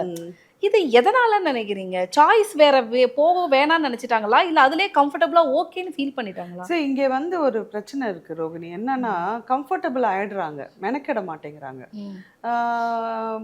இந்த ரோலா அவங்க இருந்தாங்க அப்படியே யோசிச்சுறாங்க. அங்க இருந்து மாத்தி யோசிக்கணும்னு கூட ட்ரை பண்ண மாட்டேங்கிறீங்க. இதுதான் நான் இப்போ கீதுமாவும் கீதா கைலாசமும் நிறைய இன்டர்வியூல இதை சொல்லியிருப்பாங்க. வேற எதுக்கா கூப்பிடுங்க, வேற எதுக்கா யோசிங்க, வேற எதா பண்ணுங்க. ஏன் நான் வந்து நம்ம விஜய் சேதுபதிக்கு பேரா நடிக்க கூடாதா அப்படின்னு சொல்லி கீது சொல்லியிருப்பாங்க. Which is true. இப்போ எனக்கு வந்து இந்த தம்மம்னு ஒரு படத்துக்காக ரஞ்சித் சார் வந்து என்னை கூப்பிடுறாரு. லிசி நம்ம சின்னதா ஒன்று பண்ணுவோம், ஒன்று பண்ணலாம், இது ஷார்ட் ஃபிலிம் மாதிரி அப்படின்றாரு. ஏன்னா அது it's part of the anthology. So அப்போ வந்து என்ன வந்து இவருக்கு வந்து நான் இண்டஸ்ட்ரி வந்த டைம்லேருந்து இவருக்கு தெரியும், ரஞ்சித்துக்கு தெரியும். என்னை எப்போ வந்து அவர் வந்து அவ்வளோ ஒரு மாடு மேய்க்கிறதுக்கு அந்த ஒரு கெட்டப்லலாம் அவர் பார்த்ததும் இல்லை, எதுவுமே இல்லை. ஆனால் என்னை ரொம்ப மாடர்னாக பார்த்தவர். ஆனால் அவர் அங்கே யோசிக்கிறார்ல, லிசி சூப்பராக இருக்கும், இதுக்கு லிசி பண்ணோம் அப்படின்னு. நான் கேட்குறேன், நான் மாடு மேய்ச்சா கரெக்டாக இருக்குமான்னு கேட்குறேன். நீ சூப்பராக மேய்ப்பா வாடுறாரு. இந்த ஒரு இது இருக்குல்ல, இது எத்தனை டைரக்டர்ஸ் பண்ணுறாங்க? ரொம்ப கன்வீனியன்ட்டா என்ன பண்றாங்க, டீமோட உட்காந்து பேசும்போது என்னோட மைண்ட்ல இருக்க சினாரியோ இதுதான். ஏடிஸ் எல்லாம் உட்காந்து பேசும்போது இந்த ரோலுக்கு யாரு, உடனே அவங்க ஏதாவது ஒரு படத்துல அந்த படத்துல அவங்க சூப்பரா பண்ணா அவங்க அப்படியே அவங்களுக்கு பேக்கேஜா வேணும்ன்றாங்க, ரெடிமேடா. புரியுது. ஜங்க் ஃபுட் மாதிரி, ஃபாஸ்ட் ஃபுட் மாதிரி அப்படியே எடுத்துக்கி அப்படியே இங்க வச்சிடலாம் அப்படிங்கிற மாதிரி. இதுதான் பிரச்சனை. இது தொட்டு காலமா நம்ம வந்து இந்தியன் சினிமாலேயே நடக்குது. இங்க தமிழ்னு கிடையாது. நீங்க ஹிந்தி எங்க எடுத்தாலும் அம்மாங்கன்னா இவங்கெல்லாம், அக்காங்கன்னா இவங்கெல்லாம், அக்காக்கெல்லாம் வயசாயிடுச்சு, அப்பா அவங்களாம் அம்மாங்க. அப்படியே தானே ஒரு ஸ்டீரியோடிபிக்கலாக தானே ஆகுது. அது பிரேக் ஆகணும். அது பிரேக் ஆனால் தான் வந்து உங்களுக்கு வெரைட்டி இருக்கும். இப்போ நான்லாம் அதை ட்ரை பண்ணுறேன் அண்ட் நான் சக்சீடும் பண்ணியிருக்கேன், நான் நம்புகிறேன். ஏன்னா நான் வந்து ஐ ரெஃப்யூஸ் டு கிவ் இன். எனக்கு அந்த பேனிக்கே வராது. இங்கே என்ன ஆகுதுன்னா, ஆர்டிஸ்டையும் நான் வந்து சொல்லுவேன், ஒரு இதில் ஒரு அம்மா ரோல் ஹிட் ஆகுது வச்சுக்கோங்க, அதுக்கப்புறம் 10 இதில் கூப்பிடும்போது இவங்களுக்கும் வந்து இந்த காற்றுள்ள போதே தூற்றி கொள்ள வேண்டும் அப்படிங்கிற அந்த ஒரு மென்டாலிட்டியில் பயத்தில் நாளைக்கு வரலனா அப்படி சொல்லிட்டு அவங்களும் பண்ணிடுறாங்க. பண்ணி அங்கே அதுக்குள்ளே நின்றுடுறாங்க. எனக்கு அந்த லிபர்ட்டி இருக்குது, இல்லைங்க வேண்டாம் அப்படின்னு சொல்கிற லிபர்ட்டி எனக்கு இருக்குது. நான் அவங்களையும் குத்தம் சொல்ல, அவங்களோட ஃபினான்ஷியல் பேக்ரவுண்ட் நிறைய விஷயங்கள் இருக்குல்ல ரோகிணி, நிறைய இருக்குது. அவங்களோட கமிட்மெண்ட் எல்லாமே இருக்குது. எனக்கு அந்த பிளெஸ்ஸிங் இருக்குது, எனக்கு அந்த லிபர்ட்டி இருக்குது டு சே நோ. ஒரு மாதம் எனக்கு ஷூட் இல்லைனாலும் பரவாயில்ல, நான் வீட்டில் உட்கார்ற எனக்கு ஒரு இது இருக்கிறனால என்னால் அந்த டிசிஷன் எடுக்க முடியுது. அதனால என்னால் இவ்வளோ வெரைட்டி கொடுக்க முடியுது. இதுதான் உண்மை. ஓகே, இப்போ நீங்கள் நம்ம பேசிக்கிட்டு இருந்தப்போ இந்த ஸ்டீரியோ டைப் பற்றி பேசிகிட்டு இருந்தோம். ஒரு விமன் வந்து 45+ இல்லை 40 கிட்ட நெருங்குறப்பவே வந்து ஆன்டி அப்படிங்கிற ஒரு கேட்டகரியில் தான் இந்த பார்க்கப்படுது. அதில் ஜென்ரல் பப்ளிக் மட்டும் இல்லை, ஹீரோயினுக்கே அந்த நிலைமை தான். ஸோ என்னதான் கனவு கன்னியாக இருந்தாலும் ஓஜியோட எதுவாக இருந்தாலும் 40 நெருங்குறப்ப அந்த கேட்டகரியில் தான். when it comes to மேல், அது எல்லாமே வந்து செலிப்ரேஷனாக மட்டும்தான் இருக்குது. 55+ல இருக்கக்கூடிய ஒரு ஹீரோவை செலிப்ரேட் பண்ணுறோம். ஈவன் தோ 70ல இருந்தால் கூட வந்து நம்ம still we are celebrating. So இந்த ஸ்டீரியோ டைப்பை வந்து பிரேக் பண்ணுறதுக்கு இண்டஸ்ட்ரியாலேயே முடியலை, ஜென்ரலாலேயே முடியலை அப்படிங்கிற மாதிரி ஒரு கேள்வி இருக்குது எனக்கு. அப்பட்டமான உண்மை அதுதான். ஏன்னா இவங்க அக்செப்ட் பண்ணுறது ஒரு பக்கம் இருக்கட்டும், பீயிங் அ உமன். இப்போ நான் ஒரு செட்டில் போகிறேன்னு வச்சுக்கோங்க, எனக்கு ஈக்குவலாக இருக்க மேல் ஆக்டர்ஸ் இருப்பாங்கள்ல, கேரக்டர் ஆக்டர் ஓகே சொல்றேன் நான். எப்பவுமே ஒரு ஐராக்கி இருக்கும் இதுக்குள்ளேயே, அதாவது நாங்க எல்லாம் ஒரே லீக்ல இருக்கோம். எஸ் எஸ் ஓகேவா? நான் எனக்கு என்னோட ஈக்குவல் லீக்ல இருக்கிற ஆக்டர்ஸ்க்குமே மேலுக்கு ஒரு ஸ்டாண்டர்டு, எங்களுக்கு ஒரு ஸ்டாண்டர்டு. அது வந்து எங்களுக்கு கொடுக்குற கேரவேன்ல இருந்து எல்லாத்துலேயுமே அது இருக்கு. எங்களுக்கு அனுப்புகிற கார்லேருந்து கேரவேன்லேருந்து நம்ம கொஞ்சம் அமைதியாக இருந்துட்டா நமக்கு என்ன கார் வரும்னு எனக்கு தெரியும். புரியுது. நான் என்ன சொல்கிறது, நான் பர்சனலாகவே நல்ல இந்த மாதிரி ஒரு கார் ஓட்டுற ஆள். பர்சனலாக என்னோட கம்ஃபர்ட்டுக்கு நான் இந்த ரேஞ்சில் தான் 2 கார் வச்சுருக்கேன். உங்களுக்காக நான் அது வந்து என்னோட டிஸ்கம்ஃபர்ட் பண்ணிட்டு நாங்கள் வர வேண்டிய அவசியம் இல்லை. அதுக்கு நான் ஓன் வண்டியிலே வந்துப்பேன். இதை நான் வந்து இப்போ வரையும் நான் பார்க்குறேன்னு சொன்னால் பப்ளிக் வந்து அதிர்ச்சி ஆயிடுவாங்க. என்ன இவங்க இவ்வளோ படம் இப்படி பண்ணிட்டாங்க, இப்படி சொல்கிறாங்க. இதுதான் உண்மை. இது எப்போ மாறும், இது மாறுமான்னு கூட எனக்கு தெரியல.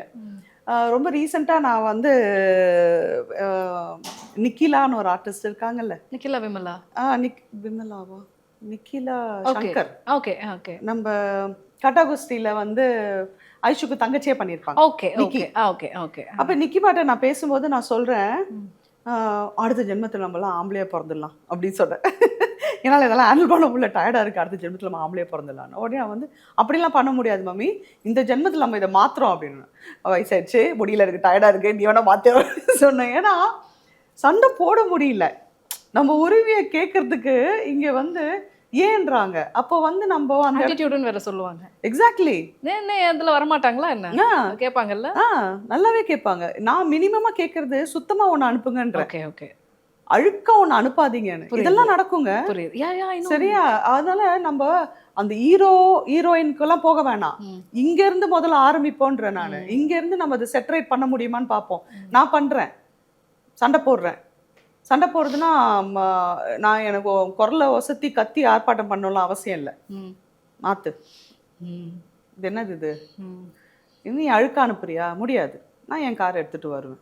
ஆனா அங்க வந்து உன்ட்ட நான் கேள்வி கேட்பேன். நான் ஏன் அப்படி ஒரு வண்டி அனுப்பிச்சிங்க, இதுதான் என் வண்டி பார்த்துக்கோங்க, இந்த மாதிரி ஒரு வண்டியில வரவில்ல, உங்களுக்காக நான் அந்த வண்டிக்கு வரணுமா அப்படின்னு நான் கேட்பேன். நான் ஐயோ கேட்குறோன்னு சொல்லலாம், உங்களுக்கு வண்டி வருதே அப்புறம் என்ன அப்படின்னு. சாரி, நோ, ஐ ஹர்ன்ட் இட், நான் இது ஐ டிசர்வ் திஸ். நீ அங்க கொடுக்கறல்ல, அங்க நீ அனுப்ப மாட்டியே. ஒரு பாரபட்சம், ஒரு பாகுபாடு. அது ஏன்னா ஆஃப்டர் ஆல் அப்படிங்கிற மாதிரி ஒரு நம்ம இங்க இருந்து ஆரம்பிப்போங்கிற ரோகிணி. நம்ம இங்க இந்த பேசிக்ல இருந்து நம்ம செட்டரேட் பண்ணிட்டு போய் மேல போய் அடிப்போன்ற. நான் ஸ்ட்ரெயிட்டா அங்க அடிக்க முடியாது, ஏன்னா இங்க எதுவுமே திருத்தலையே, அப்புறம் அங்க போய் எப்படி திருத்த முடியும்?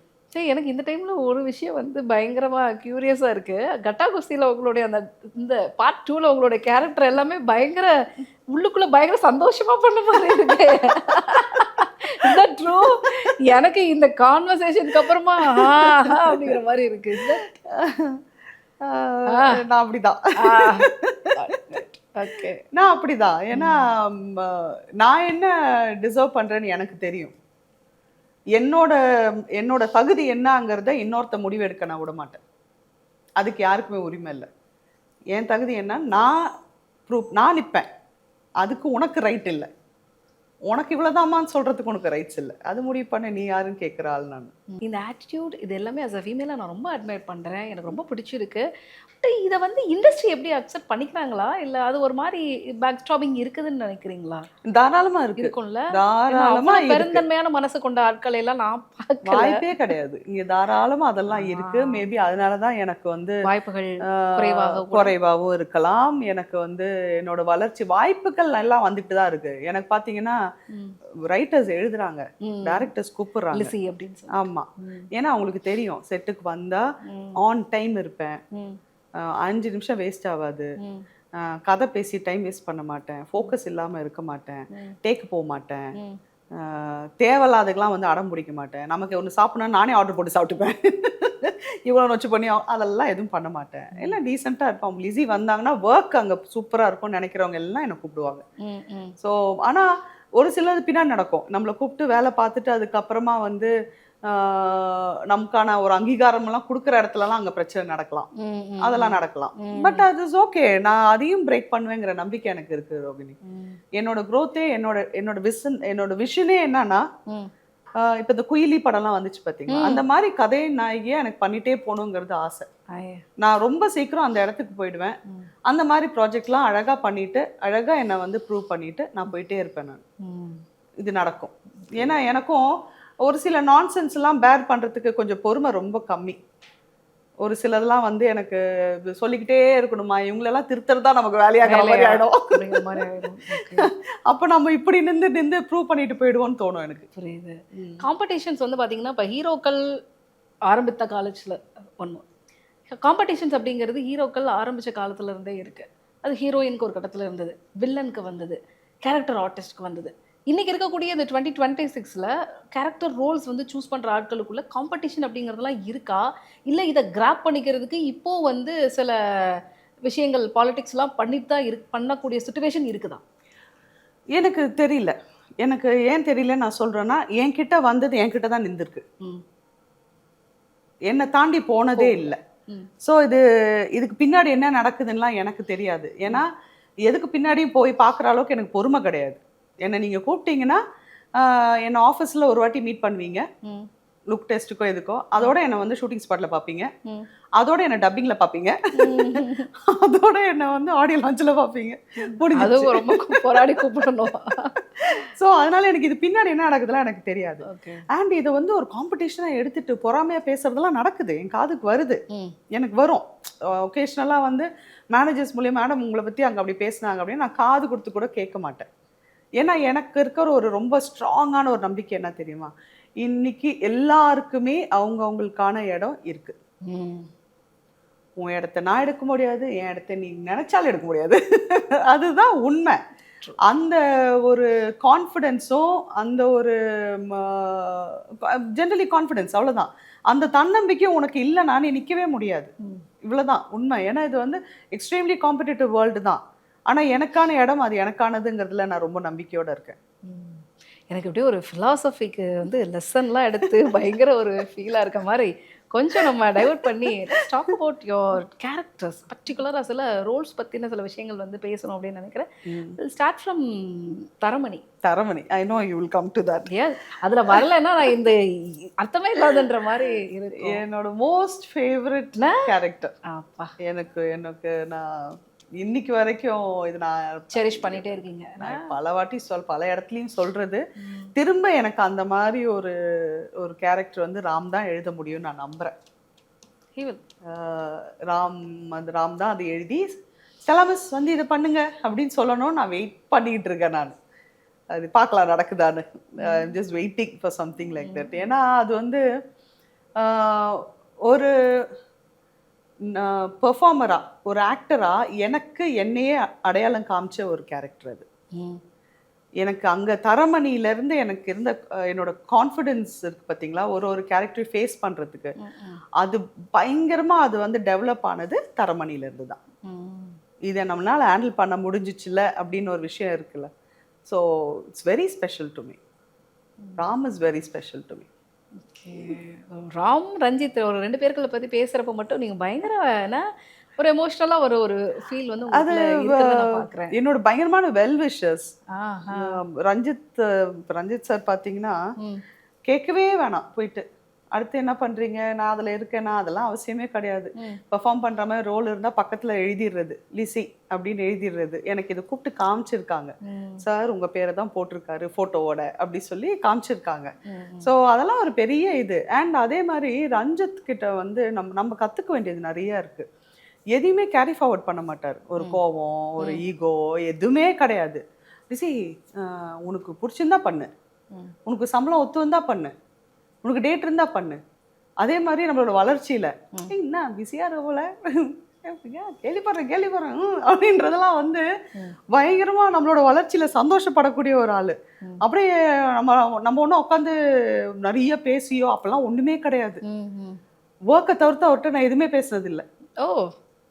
ரொம்ப உங்களுக்கு நல்ல பாண்ட் இருக்கு. அது அங்க பார்க்கும்போது அந்த இருக்கிறதோட சரி இல்லாம இந்த ஃபோன் பண்ணி பேசுறது, இல்ல போய் படம் இல்லாத டைம்ல மீட் பண்ணி பேசுறது, அதெல்லாம் எதுவுமே கிடையாது. மார்க்கெட்டிங் எனக்கு வந்து அவர் ஆஃபீஸ் எங்க இருக்குங்கிறதே, அங்க இருந்து பழைய ஆஃபீஸ் வந்து மாறினாருங்கிறதே ரொம்ப லேட்டா தான் தெரிஞ்சிச்சு. வேட்டுவம் ஆரம்பிக்கிறதுக்கு முன்னாடி தான் வந்து இதுதான் புது ஆஃபீஸ் அப்படின்னு எனக்கு தெரிஞ்சிச்சு. ஏன்னா அவர் வந்து எனக்கு கூப்பிட்டு அந்த கேரக்டர் சொல்றதுக்கு பயங்கர அப்டேட்ல இருந்திருக்கீங்க. அப்ப ஐ மீன் ஆர்டிஸ்டா கரெக்ட். இல்ல ஜென்ரலா நீங்க சொன்னதுக்கு கான்ட்ராஸ்டா நான் பார்த்துருக்கேன். புது ஆஃபீஸ் போட்ட உடனே போய் பூங்கொத்து எடுத்துட்டு போய் குடுத்து, "சார் வாழ்த்துக்கள் சார். ஆஃபீஸ் சூப்பரா இருக்கு சார். I know. இன்டீரியர்லாம் எப்படி பண்ணியிருக்கீங்க சார்?" சார் இதுதானே நடக்கும். நான் கரெக்ட்டா சொல்றேனா? கரெக்ட். அது எதுவுமே பண்ணாத ஒரு ஆர்டிஸ்ட். ஓகே. எனக்கு முக்காவாசி ஆஃபீஸ் எங்க இருக்கு கூட தெரியாது. நைஸ். இப்பதான் நான் ப்ரொடியூசர்ஸ் பத்திலாம் தெரிஞ்சுக்கிறேன். முந்தியெல்லாம் எனக்கு அதுவும் தெரியாது. ஏன்னா நம்மளோட கான்டாக்ட் பாயிண்ட் யாரு? மேனேஜர். டைரக்டர். இபி வந்து கரெக்ட்டா வந்து பேமெண்ட் பண்ணிட்டாருன்னா ஓகே ரைட். இல்ல எனக்கு இது வரைக்கும் இந்த பிரச்சனை வந்ததே இல்ல. அதுதான். அது ஒரு ராசி நினைக்கிறேன். அது ஒரு மிக முக்கியமான ராசி சினிமால. ஐயோ. உங்களுக்கு பேமெண்ட் கரெக்டா வர்றதுங்கிறது. அதுவும் அன்னைக்கே வர்றதுங்கிறது இட்ஸ் அன்பிலீவபிள் திங். ஸோ அதனால அப்படிலாம் கான்டாக்ட் கூட கிடையாது. ஆனா அந்த மியூச்சுவலா அந்த ரெஸ்பெக்ட், அவர் என்னோட ஒர்க்குக்கு அவர்கிட்ட பயங்கர மரியாதை இருக்கு அவருக்கு.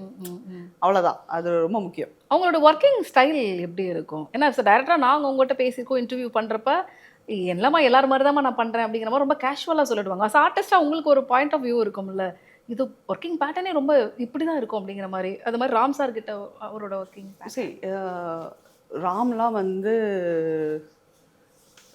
என்கிட்டலாம் வந்து ரொம்ப கேஷுவலாக தான் இருக்கும். ராம் வந்து டென்ஷன் ஆகுறது எனக்கு தெரிஞ்சு ஹீரோ கிட்ட ரொம்ப டென்ஷன் ஆகுறதுன்னு நினைக்கிறேன். ஏன்னா அவருக்கு ஒரு ஃபிக்ஸேஷன் இருக்கும், இப்படிதான் இருக்கணும் அப்படின்னு சொல்லிட்டு ஒரு ஃபிக்ஸேஷன் இருக்கும். அது நடக்காதப்போ அவர் டென்ஷன் ஆயிடுவாரு. ஆனா என்கிட்டலாம் அதெல்லாம் பார்த்ததே கிடையாது. என்னை கூப்பிட்டு ரொம்ப அழகா அந்த ரோல் அப்படி சொல்லுவாரு, அப்புறம் விட்டுருவாரு, பண்ணுங்க அப்படின்ட்டு. அண்ட் இது வரைக்கும் ராம் சார் கூட நான் பண்ண படங்கள்ல ஒரு வாட்டி கூட வந்து எனக்கு இது வேணாம் எனக்கு அது பண்ணுங்கலாம் ராம் சொன்னதே கிடையாது. அவர் ஒன்று கொடுப்பாரு, அழகா எக்ஸ்பிளைன் பண்ணிடுவாரு, நம்ம போய் நின்றோன்னா அவ்வளோதான். இப்போ ரஞ்சித்தும் அப்படிதான். ரஞ்சித் வந்து நடிச்சுலாம் காமிச்சுலாம் நான் பார்த்ததே கிடையாது. அதெல்லாம் பண்றது இல்லை. அதெல்லாம் உங்க வேலை, நான் பண்ணுங்கிற மாதிரி தான் இருப்பா போல ரஞ்சித். ஆனா இன்புட்லாம் வரும். மேக்ஸிமம் கோவமே வந்து செட்டில் ரொம்ப க்ரௌடெல்லாம் மேனேஜ் பண்ணும்போது ரொம்ப டென்ஷன்லாம் ஆனால் வந்தேன்னு வச்சுக்கோ அப்படின்னு இருக்கோம். ஒரு சவுண்டு மட்டும் கேட்கும் எங்கேருந்தாவது டென்ட்டுக்குள்ளேருந்து பைக்கில் கேட்கும். ஆனால் வரவும் மாட்டான் போல, அதுக்கு வேலை எதுவும் சொல்லவும் மாட்டோம். நம்ம பாட்டுக்கு வேலையை பார்க்க வேண்டியதுதான். அது especially when there is a crowd and அப்படிதான். மற்றபடி Ranjith is also very quiet. ரொம்ப வந்து நடிச்சு காமிச்சு இப்படி அப்படி அதெல்லாம் எதுவுமே கிடையாது. ஈஸி இது பண்ணு, சூப்பராக பண்ணுவேன், நீ பண்ணு, அவ்வளோதான். நான் இவ்வளோதான் கேட்டிருக்கேன். எல்லாம் செம்மையாக பண்ணுவேன், அங்கேருந்து ஓடி வந்துடுனா ஊந்தாலும் ஏஞ்சி ஓடி வந்துடுனா அப்படின்னு சொல்லுவோம் போல. ஸோ அந்த மாதிரி it is very com. It is nice to work with those people. Nice. நீங்க ராம் சார் பத்தி பேசினப்பெல்லாம் எனக்கு பறந்து போ பத்தி யோசிக்கிறேன். எப்படி மிர்ச்சி சிவா கூட இவ்வளோ காம்போல ஒரு ஃபன்னா. நான் தான் கேட்டேன், ஓ சார் ஒய், அவரும் கேட்டாரு ஒய் மீ சார் அப்படிங்கிற மாதிரி தான் கேட்டிருந்தாரு. எனக்கு ஆர்வமா இருக்குங்க அந்த ஷூட் ஸ்பாட் நம்ம போகாம விட்டோமே ஃபீல் ஆகுது எனக்கு. நீங்க சொன்னதுக்கு அப்புறம் எனக்கு காமெடியா இருந்திருக்கும் அந்த ஷூட் ஸ்பாட்லாம். ராம் சார் எக்ஸ்பிளைன் பண்ண சிவா ஒரு வைப்ல இருக்க, அது ஒரு மாதிரி நல்ல ரேரஸ்ட் காம்போவா இருந்திருக்கும்னு நினைக்கிறேன். என்னால யோசிக்க கூட முடியல இவங்க ரெண்டு பேர் காம்பினேஷன். ஆக்சுவலா அதாவது பேசிக்கிட்டே இருக்கிற ஒருத்தர் பேசினாலே அமைதியா இருப்பா அப்படின்னு சொல்லக்கூடிய ஒருத்தர், கரெக்டா? அங்க எப்படி இருந்திருக்கோம் அப்படின்னு நான் யோசிக்கிறேன் நானு. எனக்கே அந்த கியூரியாசிட்டி இப்பதான் தோணுச்சு. அத இவங்க இல்லாம உங்களோட லைஃப்ல வந்து ஒரு மிகப்பெரிய டர்னிங் பாயிண்டா எனக்கு இவங்க இந்த டைரக்டர்ஸ்லாம் இருந்தாங்க அப்படின்னு நீங்க மென்ஷன் பண்ணணும்னு நினைக்கக்கூடிய டைரக்டர்ஸ்னா யாரை சொல்லுவீங்க? என்னோட எல்லா படங்களுமே நீங்க பாத்தீங்கன்னா எல்லாம் ஒரு விதத்துல ஸ்பெஷல் தான். நான் இவங்க அவங்க எல்லாம் தனியாலாம் சொல்ல முடியாது. எல்லாருமே ஒரு ஸ்டெப் என்ன அப்படி மேல கூட்டிட்டு போயிட்டே இருந்திருக்காங்க. அண்ட் நீங்க என்னோட ஃபிலிமோகிராஃபி எடுத்தீங்கன்னா ஃபர்ஸ்ட் டைம் டைரக்டர்ஸ் நிறைய பேர் கூட ஒர்க் பண்ணிருக்காங்க. எஸ், நிறைய பேர். ஆமா, கன்வின்ஸ் ஆயிருக்கீங்க. ஏன்னா அவ்வளவு அழகா எழுதி இருப்பாங்க. ஸோ அண்ட் ஒரு ஃபர்ஸ்ட் டைம் டைரக்டர்கிட்ட ஒர்க் பண்ணும்போது இருக்கிற அந்த ஒரு ஃப்ரெஷ்னஸ் இருக்குல்ல, அதுவே அங்க ரொம்ப நல்லா இருக்கும். அது புது தாட், புது ஸ்டைல், புது வைப். அவங்க அந்த ஃப்ரெஷ்ஷா இருக்கிற அந்த ஒரு எந்து இருக்கும். ஸோ அவங்க வந்து இதில் நான் ஜெயிச்சிடணும் அப்படிங்கிற அவங்களோட ஃபோக்கஸ் இருக்கும். அப்போ அதுலலாம் நம்ம வந்து ஒரு பாட்டாக இருக்கிறது சூப்பராக இருக்கும். அதனால எனக்கு நிறைய ஃபர்ஸ்ட் டைம் டைரக்டர்ஸோட ஒர்க் பண்ணியிருக்கேன், இன்னும் பண்ணுவேன். ஆக்சுவலாக அவங்க கூட ஒர்க் பண்ணுறது எனக்கு இன்னும் ஈஸியாக இருக்குன்னு நான் ஃபீல் பண்ணுறேன். ஏன்னா பெரிய பெரிய டைரக்டர்ஸ் வரும்போது அவங்களோட அந்த ஒரு வெயிட்டேஜோட வராங்க. அது ஒரு டென்ஷன் தான் ஆக்சுவலா. இங்க வந்து ஒரு ஃப்ரெஷ்ஷா இருக்கவங்க கூட உங்களுக்கு உங்களோட ஸ்பேஸே வந்து உங்களுதான் இருக்கும். Okay, it is much easier to work அப்படின்னு நினைக்கிறேன் நான். நைஸ். ஸோ நீங்கள் உங்களுடைய டைரக்டர்ஸ் பற்றி அவங்களுடைய ஒர்க்கிங் ஸ்டைல் பற்றி உங்களுடைய ரோல்ஸ் பற்றி பேசியிருக்கீங்க. இப்போ உங்களுடைய ஆர்டிஸ்ட் பற்றி சில விஷயங்கள் வந்து தெரிஞ்சுக்கணும் அப்படின்னு நினைக்கிறேன். ஏன்னா நாங்களாம் வந்து கருணாஸை வந்து லொடுக்கு பாண்டியாக வந்து பார்த்துருக்கோம். ஓகே. ரெண்டாம் மாமி அப்படிங்கிற மாதிரி நாங்கள் அப்படி தான் பார்த்து என்ஜாய் பண்ணியிருக்கோம். அப்படி தான் இருந்தது. பட் இன்னைக்கு அவர் பண்ணக்கூடிய கேரக்டர்ஸ், அதில் அவர் அடாப்ட் பண்ண அந்த ப்ராசஸிங் எல்லாமே கம்ப்ளீட்டாக வேறு மாதிரி இருக்குல்ல. ஸோ அந்த மாதிரியான உங்களுடைய கூலன் ரொம்ப ஹம்பிள் கோஆர்டிஸ்ட் பற்றி start with mister Karunas. Mister Karunas okay பண்ணி. ஆனால் பாவம் 2ல வந்து வீரை திறந்து போட்டுட்டு தூங்காதீங்க, நாய் உள்ள வந்துட போகுதுன்னு சொல்ல வந்து எப்படின்னா 2 ஆரம்பிக்கும் போது அவரு இப்படி பார்ட் 2லாம் நடிப்பேனே எனக்கு தெரியாது அப்படின்னு ஒரு எந்துல இருந்தாரு ஃபர்ஸ்ட். ஓகே, சந்தோஷமா அதை சொன்னாரு. ஓகே, பாருங்களேன் இவ்வளவு வருஷம் கழிச்சு பார்ட் 2க்கு வரோம், எல்லாரும் அப்படியே இருக்காங்க அப்படின்ட்டு என்ன பார்த்துட்டு அவங்களும் அப்படியே இருக்காங்க பாருங்களேன், அந்த கண்டினியூட்டிக்கு புரியுது.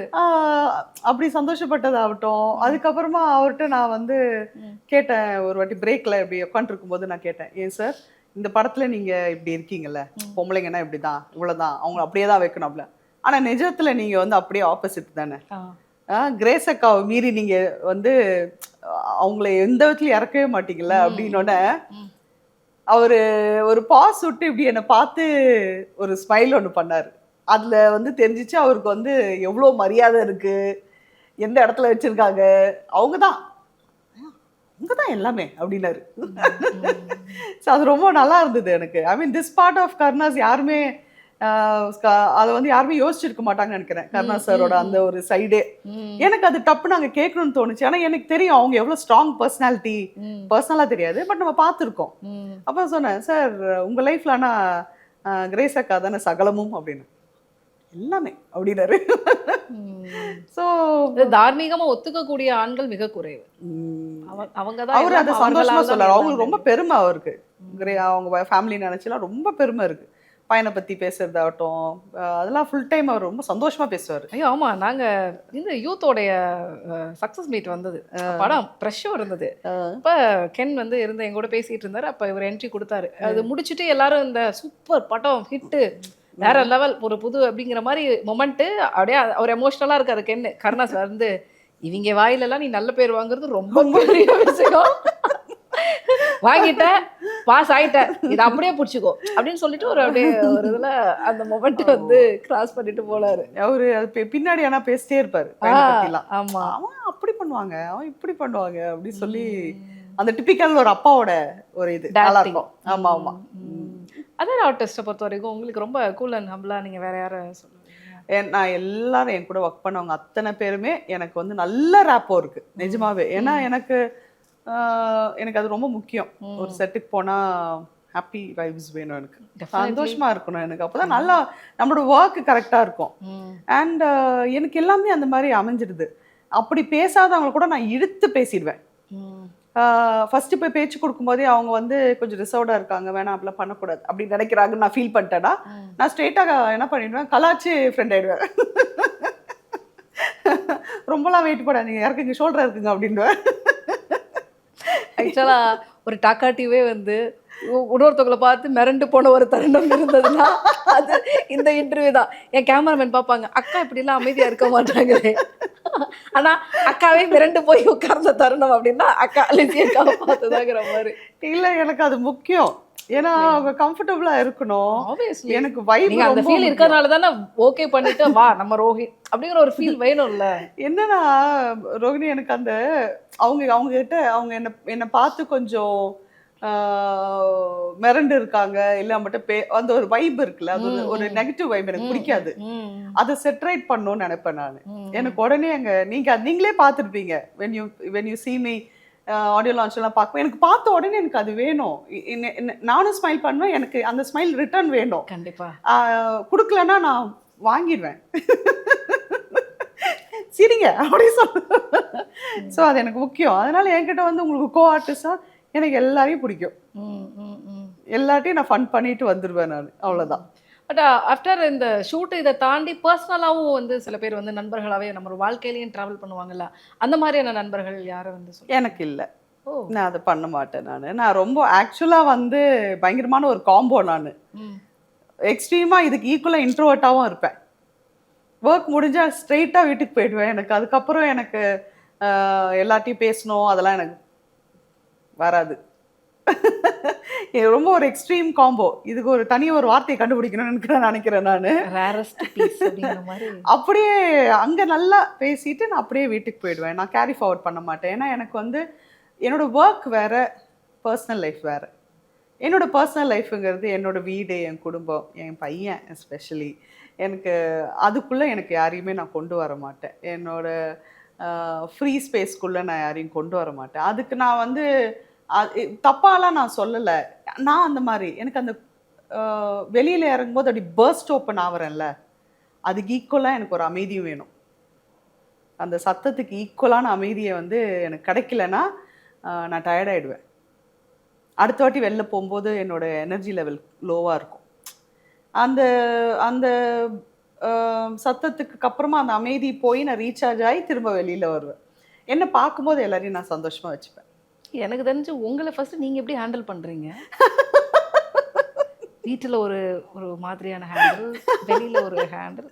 எனக்கு என் வீட்டில் வந்து பார்த்தீங்கன்னா என்னை சுற்றி நிறைய அந்த கலரிங் புக்கு, கலர் பென்சில்ஸு, இல்லை நிட்டிங்கு, க்ராஷே பண்ணுறது, அப்படி ஏதாவது இருக்கும். அப்புறம் மியூசிக் கண்டிப்பாக இருக்கும். என் வீடே அழகாக இருக்கும். என்னை சார்ந்தது எல்லாமே நான் அழகாக வச்சுப்பேன். ரொம்ப கலைநயத்தோடு இருக்கும். இவ்வளோ அழகாக பண்ணிட்டோமே, 10 பேர் கூப்பிட்டு காமிக்கிறவங்களுக்கு அதெல்லாம் எனக்கு வராதீங்கன்னு யாராவது பார்த்து கேட்ட போறாங்க, லிசி வீடு அழகா இருக்கும், ஹோம் டூர் பண்ணிடலாம் அப்படின்னு. ஐயோ என்ன டார்ச்சர் பண்ணியிருக்காங்க. கேக்குறாங்களா? ஒருத்தங்கலாம் வந்து வேற ஒரு இன்டர்வியூக்கு வந்து ஃபோர்ஸ்ஃபுல்லி ஹோம் டூர்லாம் பண்ணியிருக்காங்க. ஓ ஓகே. ஆனா அந்த வீடியோ பார்த்தீங்கனாலே உங்களுக்கு தெரியும் நான் எவ்வளோ அன்கம்ஃபர்டபுளாக இருக்கேன். இப்போ உங்களுக்கு தெரியுதுல நான் எப்படி என்னால பேச இப்ப முடியல. கம்ஃபர்டபுளா இருக்கீங்க நம்புறேன். இல்ல இப்ப இருக்குதுல அந்த வைப் இருக்குல்ல, நீங்க அந்த ஹோம் டூர் வீடியோஸ்லாம் பாத்தீங்கனாலே நான் ஒரு இறுக்கமா இருப்பேன். நான் வேண்டாம் வெறுப்பா உள்ள உள்ட்ட மாதிரி. ஐயோ, தொடாதீங்க, ஏன் அதை பாக்குறீங்க, இத பத்தி ஏன் கேக்குறீங்க அப்படின்னு துரத்தியோட பாத்துருக்கீங்க. என்கிட்ட வந்து கேட்பாங்க, உங்க வீட்டுல டீ காஃபி இல்லையா? இல்ல என் வீட்டுல நான் மட்டும் தான் இருக்கேன், நான் டீ குடிக்க மாட்டேன், காஃபி குடிக்க மாட்டேன். இல்ல யாரா வரவங்களுக்கு, என் வீட்டுக்கு யாரும் வராதீங்க, ஏன் வரீங்க வீட்டுக்கு, போறாதீங்க. சரி, விருந்தினர்களுக்காகவே இருக்கக்கூடியது அந்த ஒரு விஷயம் சொல்ல அதிர்ச்சி ஆயிடுவீங்க. சொல்லுங்க. என்னோட இம்மீடியட் ஃபேமிலியை தவிர்த்து என்னோட எக்ஸ்டெண்டட் ஃபேமிலிக்கு கூட என் வீடு எங்க இருக்குன்னு தெரியாது. The credit goes to புது வீட்டுக்குலாம் நான் வந்து கிரகப்பிரவேசம் கூட பண்ணல. நானே போய் ப்ரேயர்லாம் பண்ணி நானே வீடை ப்ளஸ் பண்ணி நானே வீட்டுக்குள்ளே போயிட்டேன். ஃப்ரெண்ட்ஸு, நானும் என் ஃப்ரெண்ட்ஸும் போய் நிறைய பாட்டெலாம் பாடி நல்ல ப்ரேயர் பண்ணி அப்படி தான் நான் என் வீட்டுக்கு கிரகப்பிரவேசமே பண்ணேன். அதுதான் முக்கியம் நான் நினைக்கிறேன். நான் எல்லாரும் வந்து நான் போட்டிருக்க அழகான உடன் ஃப்ளோரிங் எல்லாத்தையும் நாசம் பண்ணிட்டாங்கன்னா என்ன பண்ணுறது, நம்ம வீடு நம்ம பார்த்துக்கலாம் அப்படின்ற மாதிரி இருந்துடுவேன். நான் கேட்க மாட்டேன். இனிமே கூட வீட்டுக்கு வரவா? நீங்க இன்டர்வியூ கேட்டப்ப நான் சொன்ன வீட்டுல பண்றாங்களா கேளுங்க தான் சொன்னேன். அப்படியா? ஆமா. உங்க பிஆர் பாருங்க எவ்வளவு உஷாரா இருந்திருக்காங்கன்னு பாருங்க. அவருக்கு என்ன பத்தி தெரியும்னாலவா நீங்க ஆபீஸ் வந்து இருக்கு அப்படின்னு சொல்லுங்க. ஏன்னா என்னோட பிஆர் வந்து திருவுக்கு தெரியும் நான் எவ்வளோ இப்படி டென்ஷன் ஆவேன். எல்லாம் It's kind of a OCD. OCD is there. Cinema நிறைய நான் மாத்தி இருக்கு. ஆக்சுவலா ஏன் மாத்தி இருக்குன்னு நான் சொல்றேன். நம்மளோட எந்த செட்டுமே சுத்தமா இருக்காது சினிமால. அப்படி போய் இனிஷியலெல்லாம் ரொம்ப கஷ்டப்பட்டு உட்கார மாட்டேன். கை வந்து தொடச்சிக்கிட்டே இருப்பேன். டஸ்ட் அலர்ஜி வேற இருக்கு எனக்கு. அப்படிலாம் இருந்தது. அதுங்கெல்லாம் நான் நிறைய மாறி ரொம்ப தூரம் வந்திருக்கேன். ஆக்சுவலா சினிமா நான் நிறைய மாத்தி இருக்கு. வீடு வந்து என்னன்னா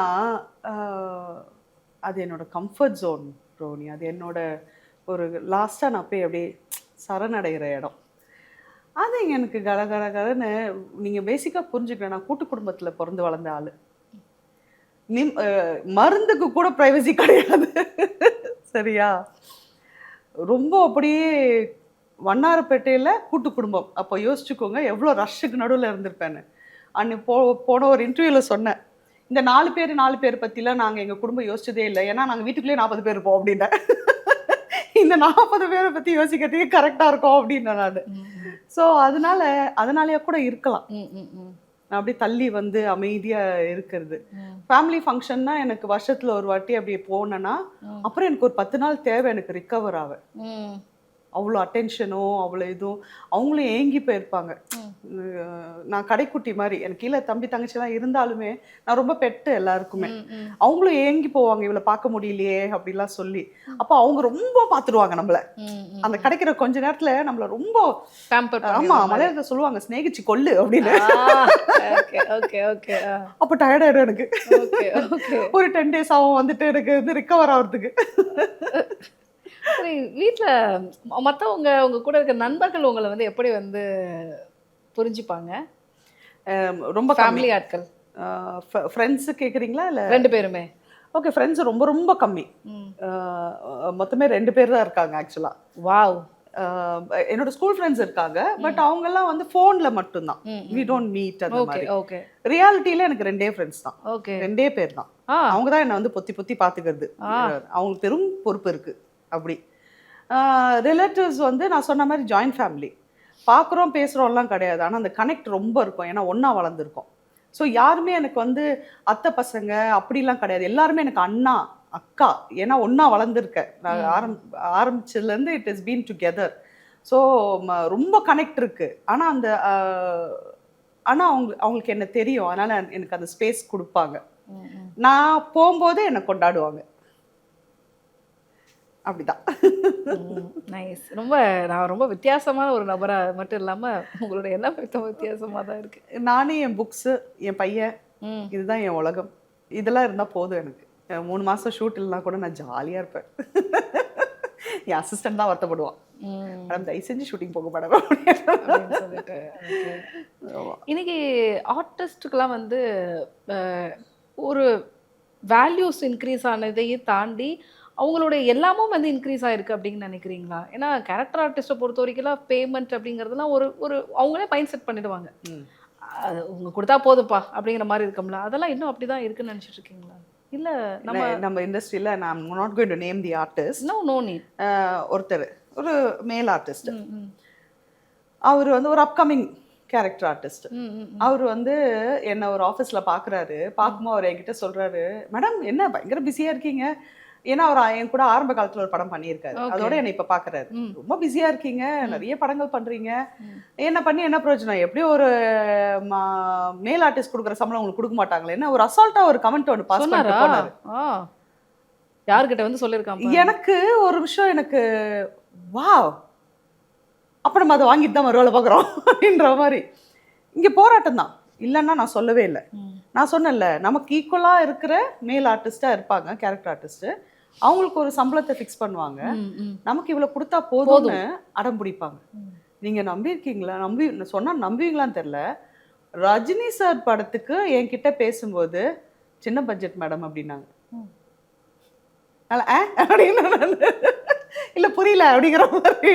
சின்ன பட்ஜெட் மேடம், சேலரி கொஞ்சம் கம்மி பண்ணிக்கோங்க. நாங்கள் அந்த படம் நான் பண்ணலை, ஏன்னா எனக்கு அந்த அப்ரோச்சே பிடிக்கல. எனக்கு அவங்க வந்து எனக்கு ரொம்ப மரியாதை ரொம்ப முக்கியம். அது இருந்துச்சுன்னா நான் உனக்கு ஃப்ரீயாக கூட நடிச்சு கொடுத்துட்டு போயிடுவேங்கிற மாதிரி ஆட்டிடியூட் இருக்க ஆள் நான்.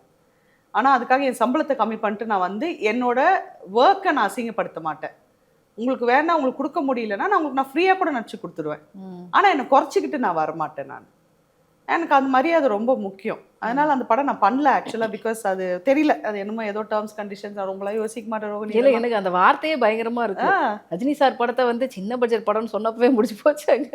அதுக்கு அவங்க சொன்னது வந்து பாக்கிக்கெல்லாம் பட்ஜெட் ஜாஸ்தியாச்சு மேடம், உங்களுக்குலாம் கம்மியாக வச்சிருக்கோம் அப்படின்னு. மை கொஸ்டின் இஸ், நீங்கள் வந்து ஒரு கேரக்டர் ஆர்டிஸ்ட்டை வந்து நீங்கள் ப்ராப்பராக சம்பளம் கொடுத்து அதை வந்து நீங்கள் நிறைய வைக்கலன்னா, நிறைய சக்ஸஸ்ஃபுல் மூவிஸ் வந்து ஏன் சக்ஸஸ்ஃபுல்லாக இருக்குன்னு பார்த்தீங்கன்னா, முக்கியமான விஷயமே வந்து அந்தந்த ரோலுக்கு கரெக்டான ஆளுங்களை வைக்கிறது. காஸ்டிங் நீங்கள் கரெக்டாக நீங்கள் வந்து அங்கே வச்சுட்டிங்கனாலே உங்களோட ஒர்க் வந்து முக்கால்வாசி முடிஞ்சு போயிடுது. ஏன்னா நாங்கள் அங்கே போய் எங்கள் வேலையை நாங்கள் பார்த்துருவோம். அங்கே நீங்கள் வந்து மிச்சம் பிடிச்சி பாக்கிக்கெல்லாம் பண்ணணும்னு நினைக்கும் போது தான் இங்கே பிரச்சனையாகுது. உங்களை நீங்களே என்னைக்காவது வந்து இந்த கேரக்டருக்கு நான் சரியா பொருந்திருக்கனான்ற டவுட்ஃபுல்லான விஷயங்கள்லாம் நடந்திருக்கா படம் பண்ணினதுக்கு பிறகு? இல்லை, நான் இல்லை பண்ண மாட்டேன், போகவே மாட்டேன். இல்லை, எனக்கு அந்த டவுட் இருந்துச்சு, என்னால் இதை கேரி ஃபார்வர்ட் பண்ண. அதான் நான் சொன்ன பார்த்தீங்கன்னா, நட்சத்திரம் நகர்கிறதுல நான் கன்வின்ஸ் ஆகலை. அதை பண்ண மாட்டேன். அதுக்கப்புறம் நான் ஒரு சித்தி ரோல் தான் பண்ணியிருப்பேன். சித்தியா அத்தையோ அந்த ஒரு ரோல் தான் பண்ணியிருப்பேன் நான். ஏன்னா கன்வின்ஸ் ஆகலைன்னா நான் பண்ண மாட்டேன். ஏன்னா எனக்கு அது ரொம்ப முக்கியம். நான் கன்வின்ஸ் ஆகணும். நான் கன்வின்ஸ் ஆகாமல் எப்படி நான் ஆடியன்ஸை கன்வின்ஸ் பண்ண முடியும்? Okay. So it has not happen to me. நிறைய புத்தகம் படிப்பேன்னு சொன்னீங்கல்ல, உங்களுடைய படம் பார்க்கக்கூடிய அந்த இது எப்படி இருக்கும்? புரியல. படம் பார்க்கறது, தமிழ் படம் பார்க்கறது, அதர் லாங்குவேஜ் மூவிஸ் பார்க்கறது, அந்த ஹேபிட் வந்து எப்படி, எந்த அளவுக்கு இருக்கு? எனக்கு ஆக்சுவலாக ரொம்ப கம்மி. படங்கள் பார்க்கறது ரொம்ப கம்மி. வீட்டில் நான் டிவி பார்த்தாலுமே நான் நிறைய பார்க்கறது நிறைய டாக்குமெண்ட்ரிஸ் பார்ப்பேன் நான். ஓகே. டாக்கு ட்ராமா மாதிரி. ஏன் அந்த மாதிரி ஆயிடும். அது என்ன ஆயிடும் நான் சொல்றேன். எனக்கு ஒரு 2 ஃப்ரெண்ட்ஸ் இருக்காங்க சொன்னேன்ல. அதுல ஒரு ஃப்ரெண்டோட பேரு சமந்த் நாக். ஈபி அவர்களா? ஓகே. அவர் music director. Yeah, of course I know him. I know him well. இப்போ நாங்க பேசும்போது சிம்பிளா ஏதோ ஒன்று இருக்கும். ஏதாவது ஒரு கெமிக்கலை பத்தி பேசியிருப்போம், ஏதோ பேசியிருப்போம். அப்ப 2 பேருக்கு அட் டைம்ல அது எப்படி பண்ணாங்க, ஓகே இல்லை நான் அப்புறமேட்டு பேசுறது சொல்லிட்டு நேராக போயிட்டு யூடியூப் போயிட்டு நடக்குதுன்னு போட்டு அந்த டாக்குமெண்ட்ரி பார்த்துட்டு இருப்போம். தேவையே இல்லாம. உங்களுக்கு நல்ல காம்பினேஷன் நினைக்கிறேன். அப்புறம் இதை பத்தி நாங்க இன்டெப்தா டிஸ்கஷன்ல வேற பண்ணுவோம். அதாவது பாப்ஸ் அது எப்படி நான் நீ கவனிச்சியா அந்த கெமிக்கல் ரியாக்ஷனை அப்படின்னு சொல்லி. ஸோ அந்த மாதிரி நாங்க படங்கள் பார்ப்பேன். இப்போ ஒரு டைரக்டர் கூப்பிடுறாரு, அப்ப அவரோட படத்தை பார்த்துட்டு போறேன். அது வந்து ஒரு மாரல் ரெஸ்பான்ஸ். அது பண்ணுவீங்க? பண்ணுவேன். ஓகே. சின்ன வயசுல பார்த்தது, படம் பார்த்தது, அந்த மாதிரி என்ன படங்கள்லாம் இருக்குதா? இல்ல நம்ம வீட்டுல அதெல்லாம் ரொம்ப கம்மி. நான் இது வந்து பல இன்டர்வியூல சொல்லி எல்லாரும் உழுந்து போட்டுலாம் சிரிச்சிருக்காங்க. நாங்க குடும்பத்தோட போய் பார்த்த படம் வந்து மிஸ்டர் பாரத். என்ன தியேட்டரு? மகாராணி தியேட்டர்னு நினைக்கிறேன். தியேட்டர் இல்ல இப்ப. இல்லையா? இது பண்ணிட்டாங்க. So sad. ஃபுல்லா க்ளோஸ் பண்ணிட்டாங்க. பில்டிங் வந்துங்க கட்டறாங்க. அப்படியே ஃபிளாட்ஸா மாத்திட்டாங்களா? மாத்த போறாங்க. Nice, very nice. நீங்க வண்ணாரப்பேட்டையில அது ஒரு ஐகானிக் தியேட்டர். ஓகே. உங்க ஏரியால இருக்கிற எல்லா தியேட்டரும் சொல்றேன். அகஸ்தியா இல்லையே. மகாராணி அகஸ்தியா இல்ல இப்ப பாண்டியன் இடிச்சிட்டாங்க. இப்போ வந்து இது மட்டும் தான் இருக்கு. அந்த ஐ திங்க் தமிழ்நாடு தியேட்டர் அப்படியே போயிடுச்சுன்னு நினைக்கிறேன். எல்லாமே போயிடுச்சு. அப்படியா? ஆமா, அந்த ரவுண்டானால ஒரு தியேட்டர் இருக்குமே, மின்ட் பிரிட்ஜ் கீழ. Okay okay. பாரத் தியேட்டரா? பாரத் தியேட்டர் இங்க இருக்கு. மின்ட் கிட்ட இருக்கு. பிராட்வே அங்க இருந்துச்சு பாரத் தியேட்டர். எங்க ஸ்கூல்ல பிரான்சிஸ் சேவியர்ஸ் தான் படிச்சது நான். Okay okay. ஸோ அங்கே தான் பாரத் தியேட்டர் இருக்கு. நைஸ்ங்க. ஐயோ, அந்த இந்த டெம்ப்ளேட்டுக்கு அப்புறம் உங்கள் டெம்ப்ளேட் தான் சார். நான் கடைசியாக பார்த்தேன் இங்கிலீஷ் படம் ஷோலைன்னு சொல்லுவோம் பாருங்க பாரிஸில். அது வந்து 23 வருஷம் ஆச்சு. மிஸ்டர் பாரத் பார்த்தேன் நான். பயங்கர எக்ஸைட்டிங். நான் வேற உங்ககிட்ட சில கேரக்டர்ஸ் பற்றிலாம் கேட்கலாம்னு நினச்சிக்கிட்டு இருந்தேன். பழைய படத்துல இருந்தா ரொம்ப கஷ்டம். ரொம்ப கஷ்டம். நம்ம வீட்டில் எங்கள் அம்மாலாம் இப்போ வரைக்கும் டிவியில் வந்து நியூஸும் அதெல்லாம் மட்டும் பார்க்குற டைப்பு. எங்கள் அம்மாவுக்கு அக்கம் பக்கம் வீட்டில் வந்து சொல்லுவாங்க, உங்கள் பொண்ணுது ப்ரோக்ராம் வந்துச்சு ஒரு வாட்டி வந்து ரொம்ப பெருமை. எங்கள் அப்பா சொல்லி சிரிக்கிறாரு. பக்கத்து வீட்டுக்காரங்க வந்துட்டு, அந்த படத்தில் உங்கள் பொண்ணு உங்களை மாதிரியே இருக்கா, என் பொண்ணு என்ன மாதிரி இல்லாமல் இது இந்த காரியம் அப்படின்ட்டு போயிட்டாங்க எங்கள் அம்மா. என்ன பறிச்சா போல என் பொண்ணு என்னமா இருக்குன்னு அவனுக்கு பெரிய அதிசயம் வேற. பேசிக்கா கேரளாவா? மன்னார்பேட்டையில என்ன பண்ணிட்டு இருந்தீங்க? இது ஒரு நல்ல கேள்வி. தாத்தா, என்னோட தாத்தா வந்து சதர்ன் ரயில்வேல ஃபர்ஸ்ட் சிக்னல் இன்ஸ்பெக்டர். நைஸ்.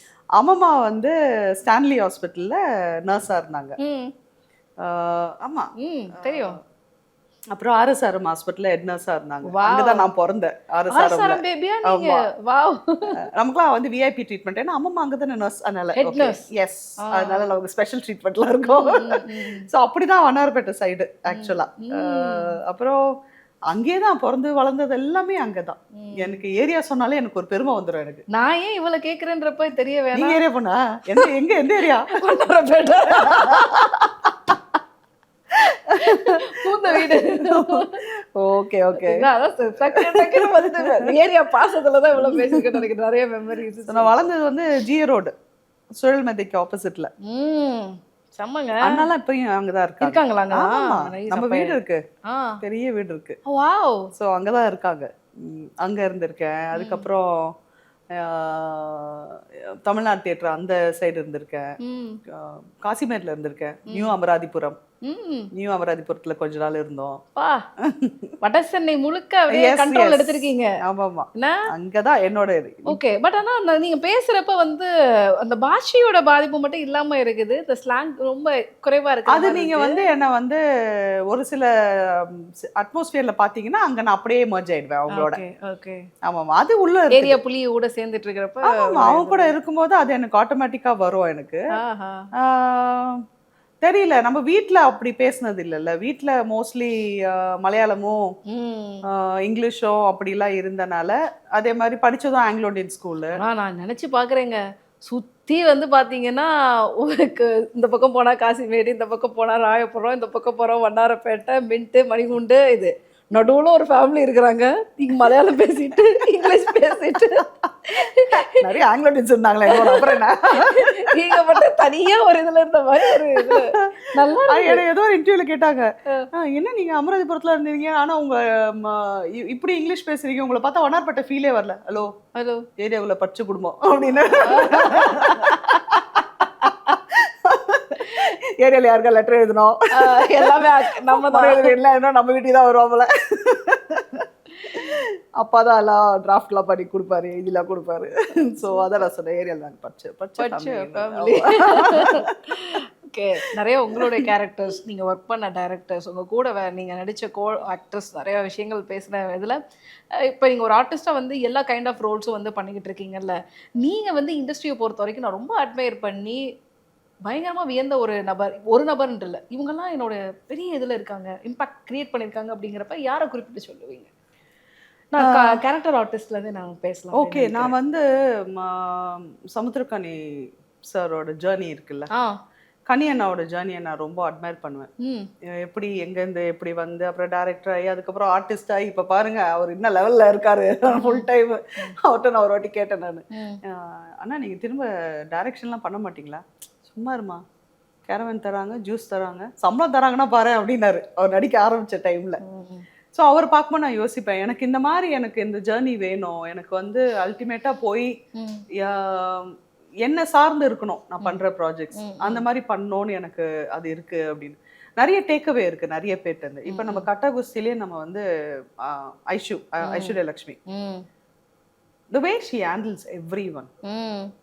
நீ ஹீரோயினாக இருக்கிறதுக்கு நீ வந்து நிறைய ஆட்டிடியூட் உனக்கு வேணும்னு அவசியமே கிடையாது அப்படிங்கிறத வந்து ஒருத்தர்ட்டையும் அது இன்னைக்கு காலைல கூட நாங்க ரெண்டு பேர் பேசிட்டு இருக்கோம், ரீல கட் பண்ணி போட்டுருக்காங்க. ரொம்ப எனக்கு வேற ஒருத்தர் தான் அமிச்சு நான் பார்த்தேன். அந்த ரேப்போ பாத்தீங்கல்ல, அதான் ஹவ் ஷி இஸ்.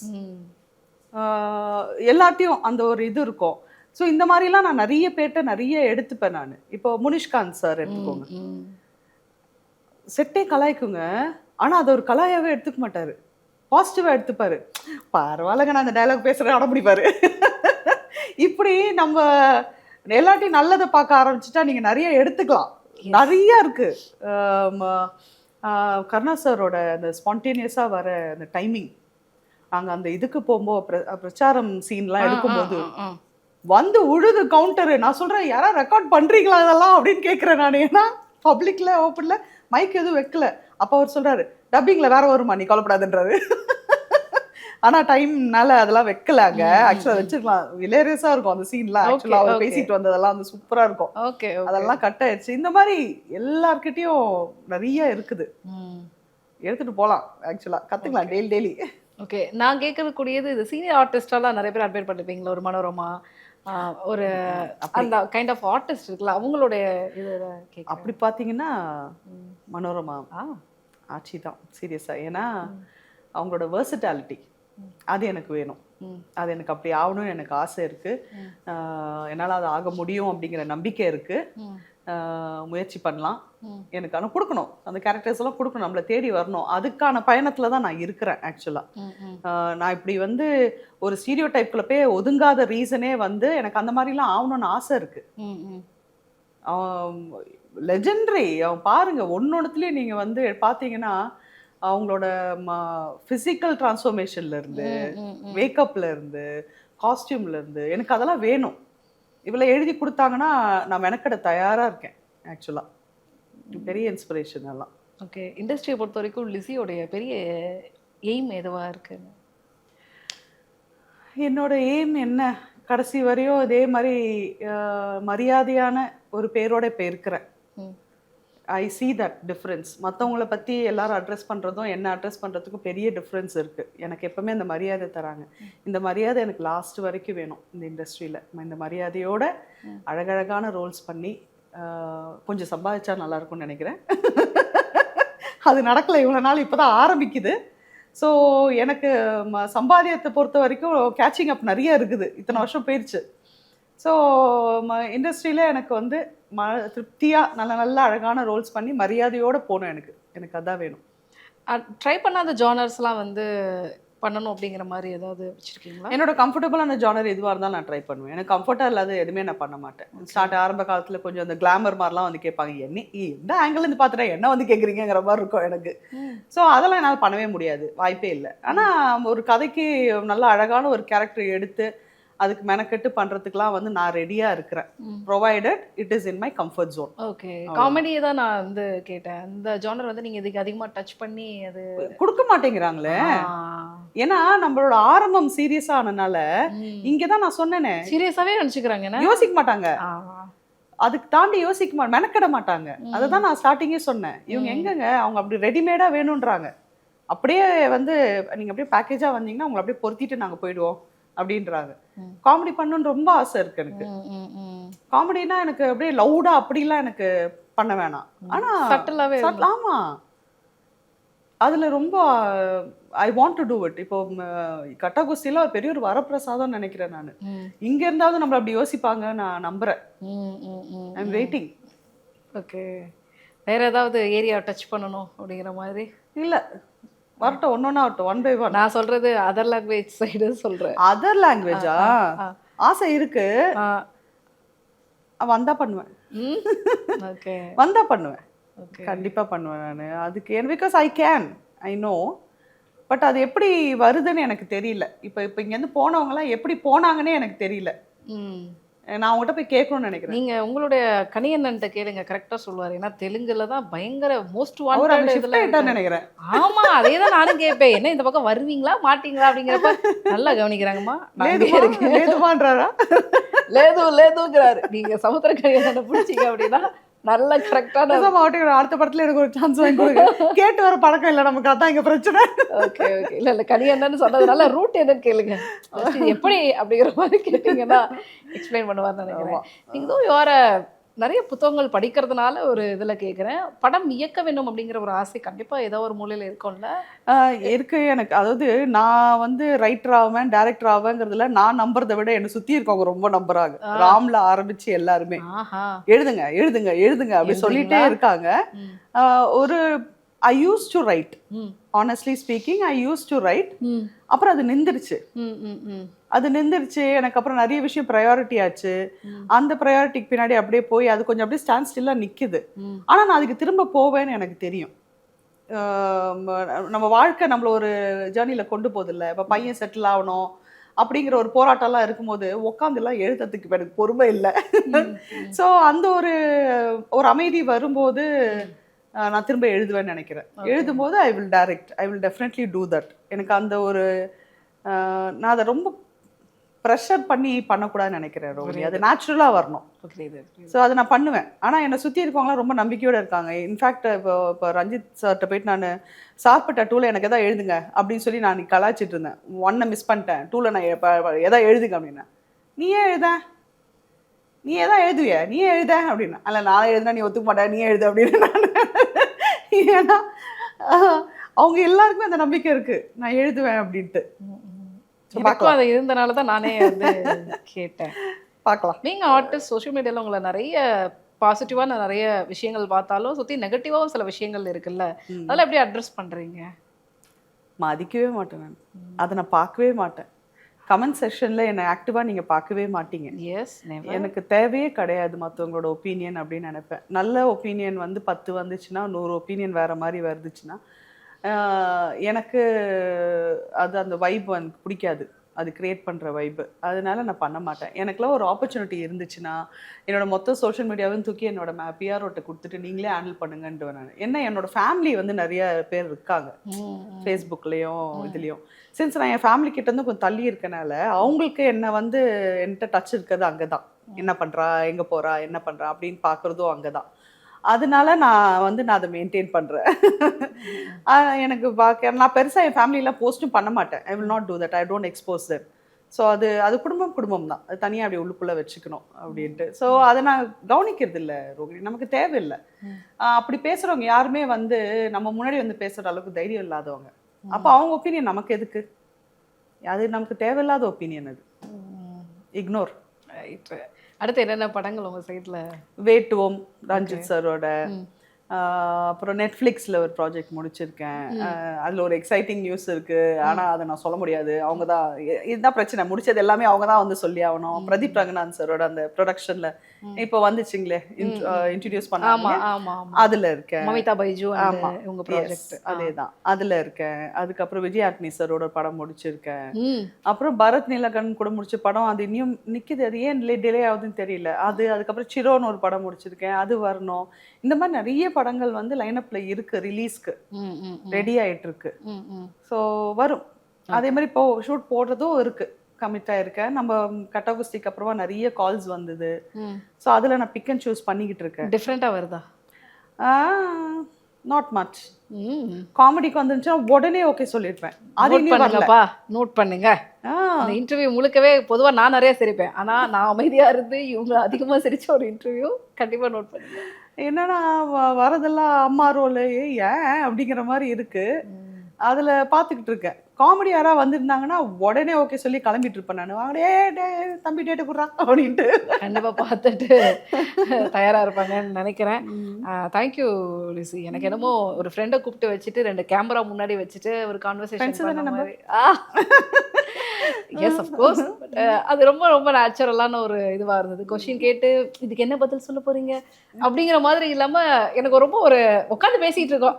அதே அவங்க தெரியாதனமா நமக்கு தெரியாமல் எடுத்துக்கிட்டு இருக்காங்க. 2 கேமரா வச்சிருக்காங்க நடுவே. ஏன் வச்சாங்க அப்படிங்கிற மாதிரி ஒரு ஃபீல் தான் இருந்தது. Nice and beautiful experience. ரொம்ப பாசிட்டிவான ஒரு இது எனக்கு.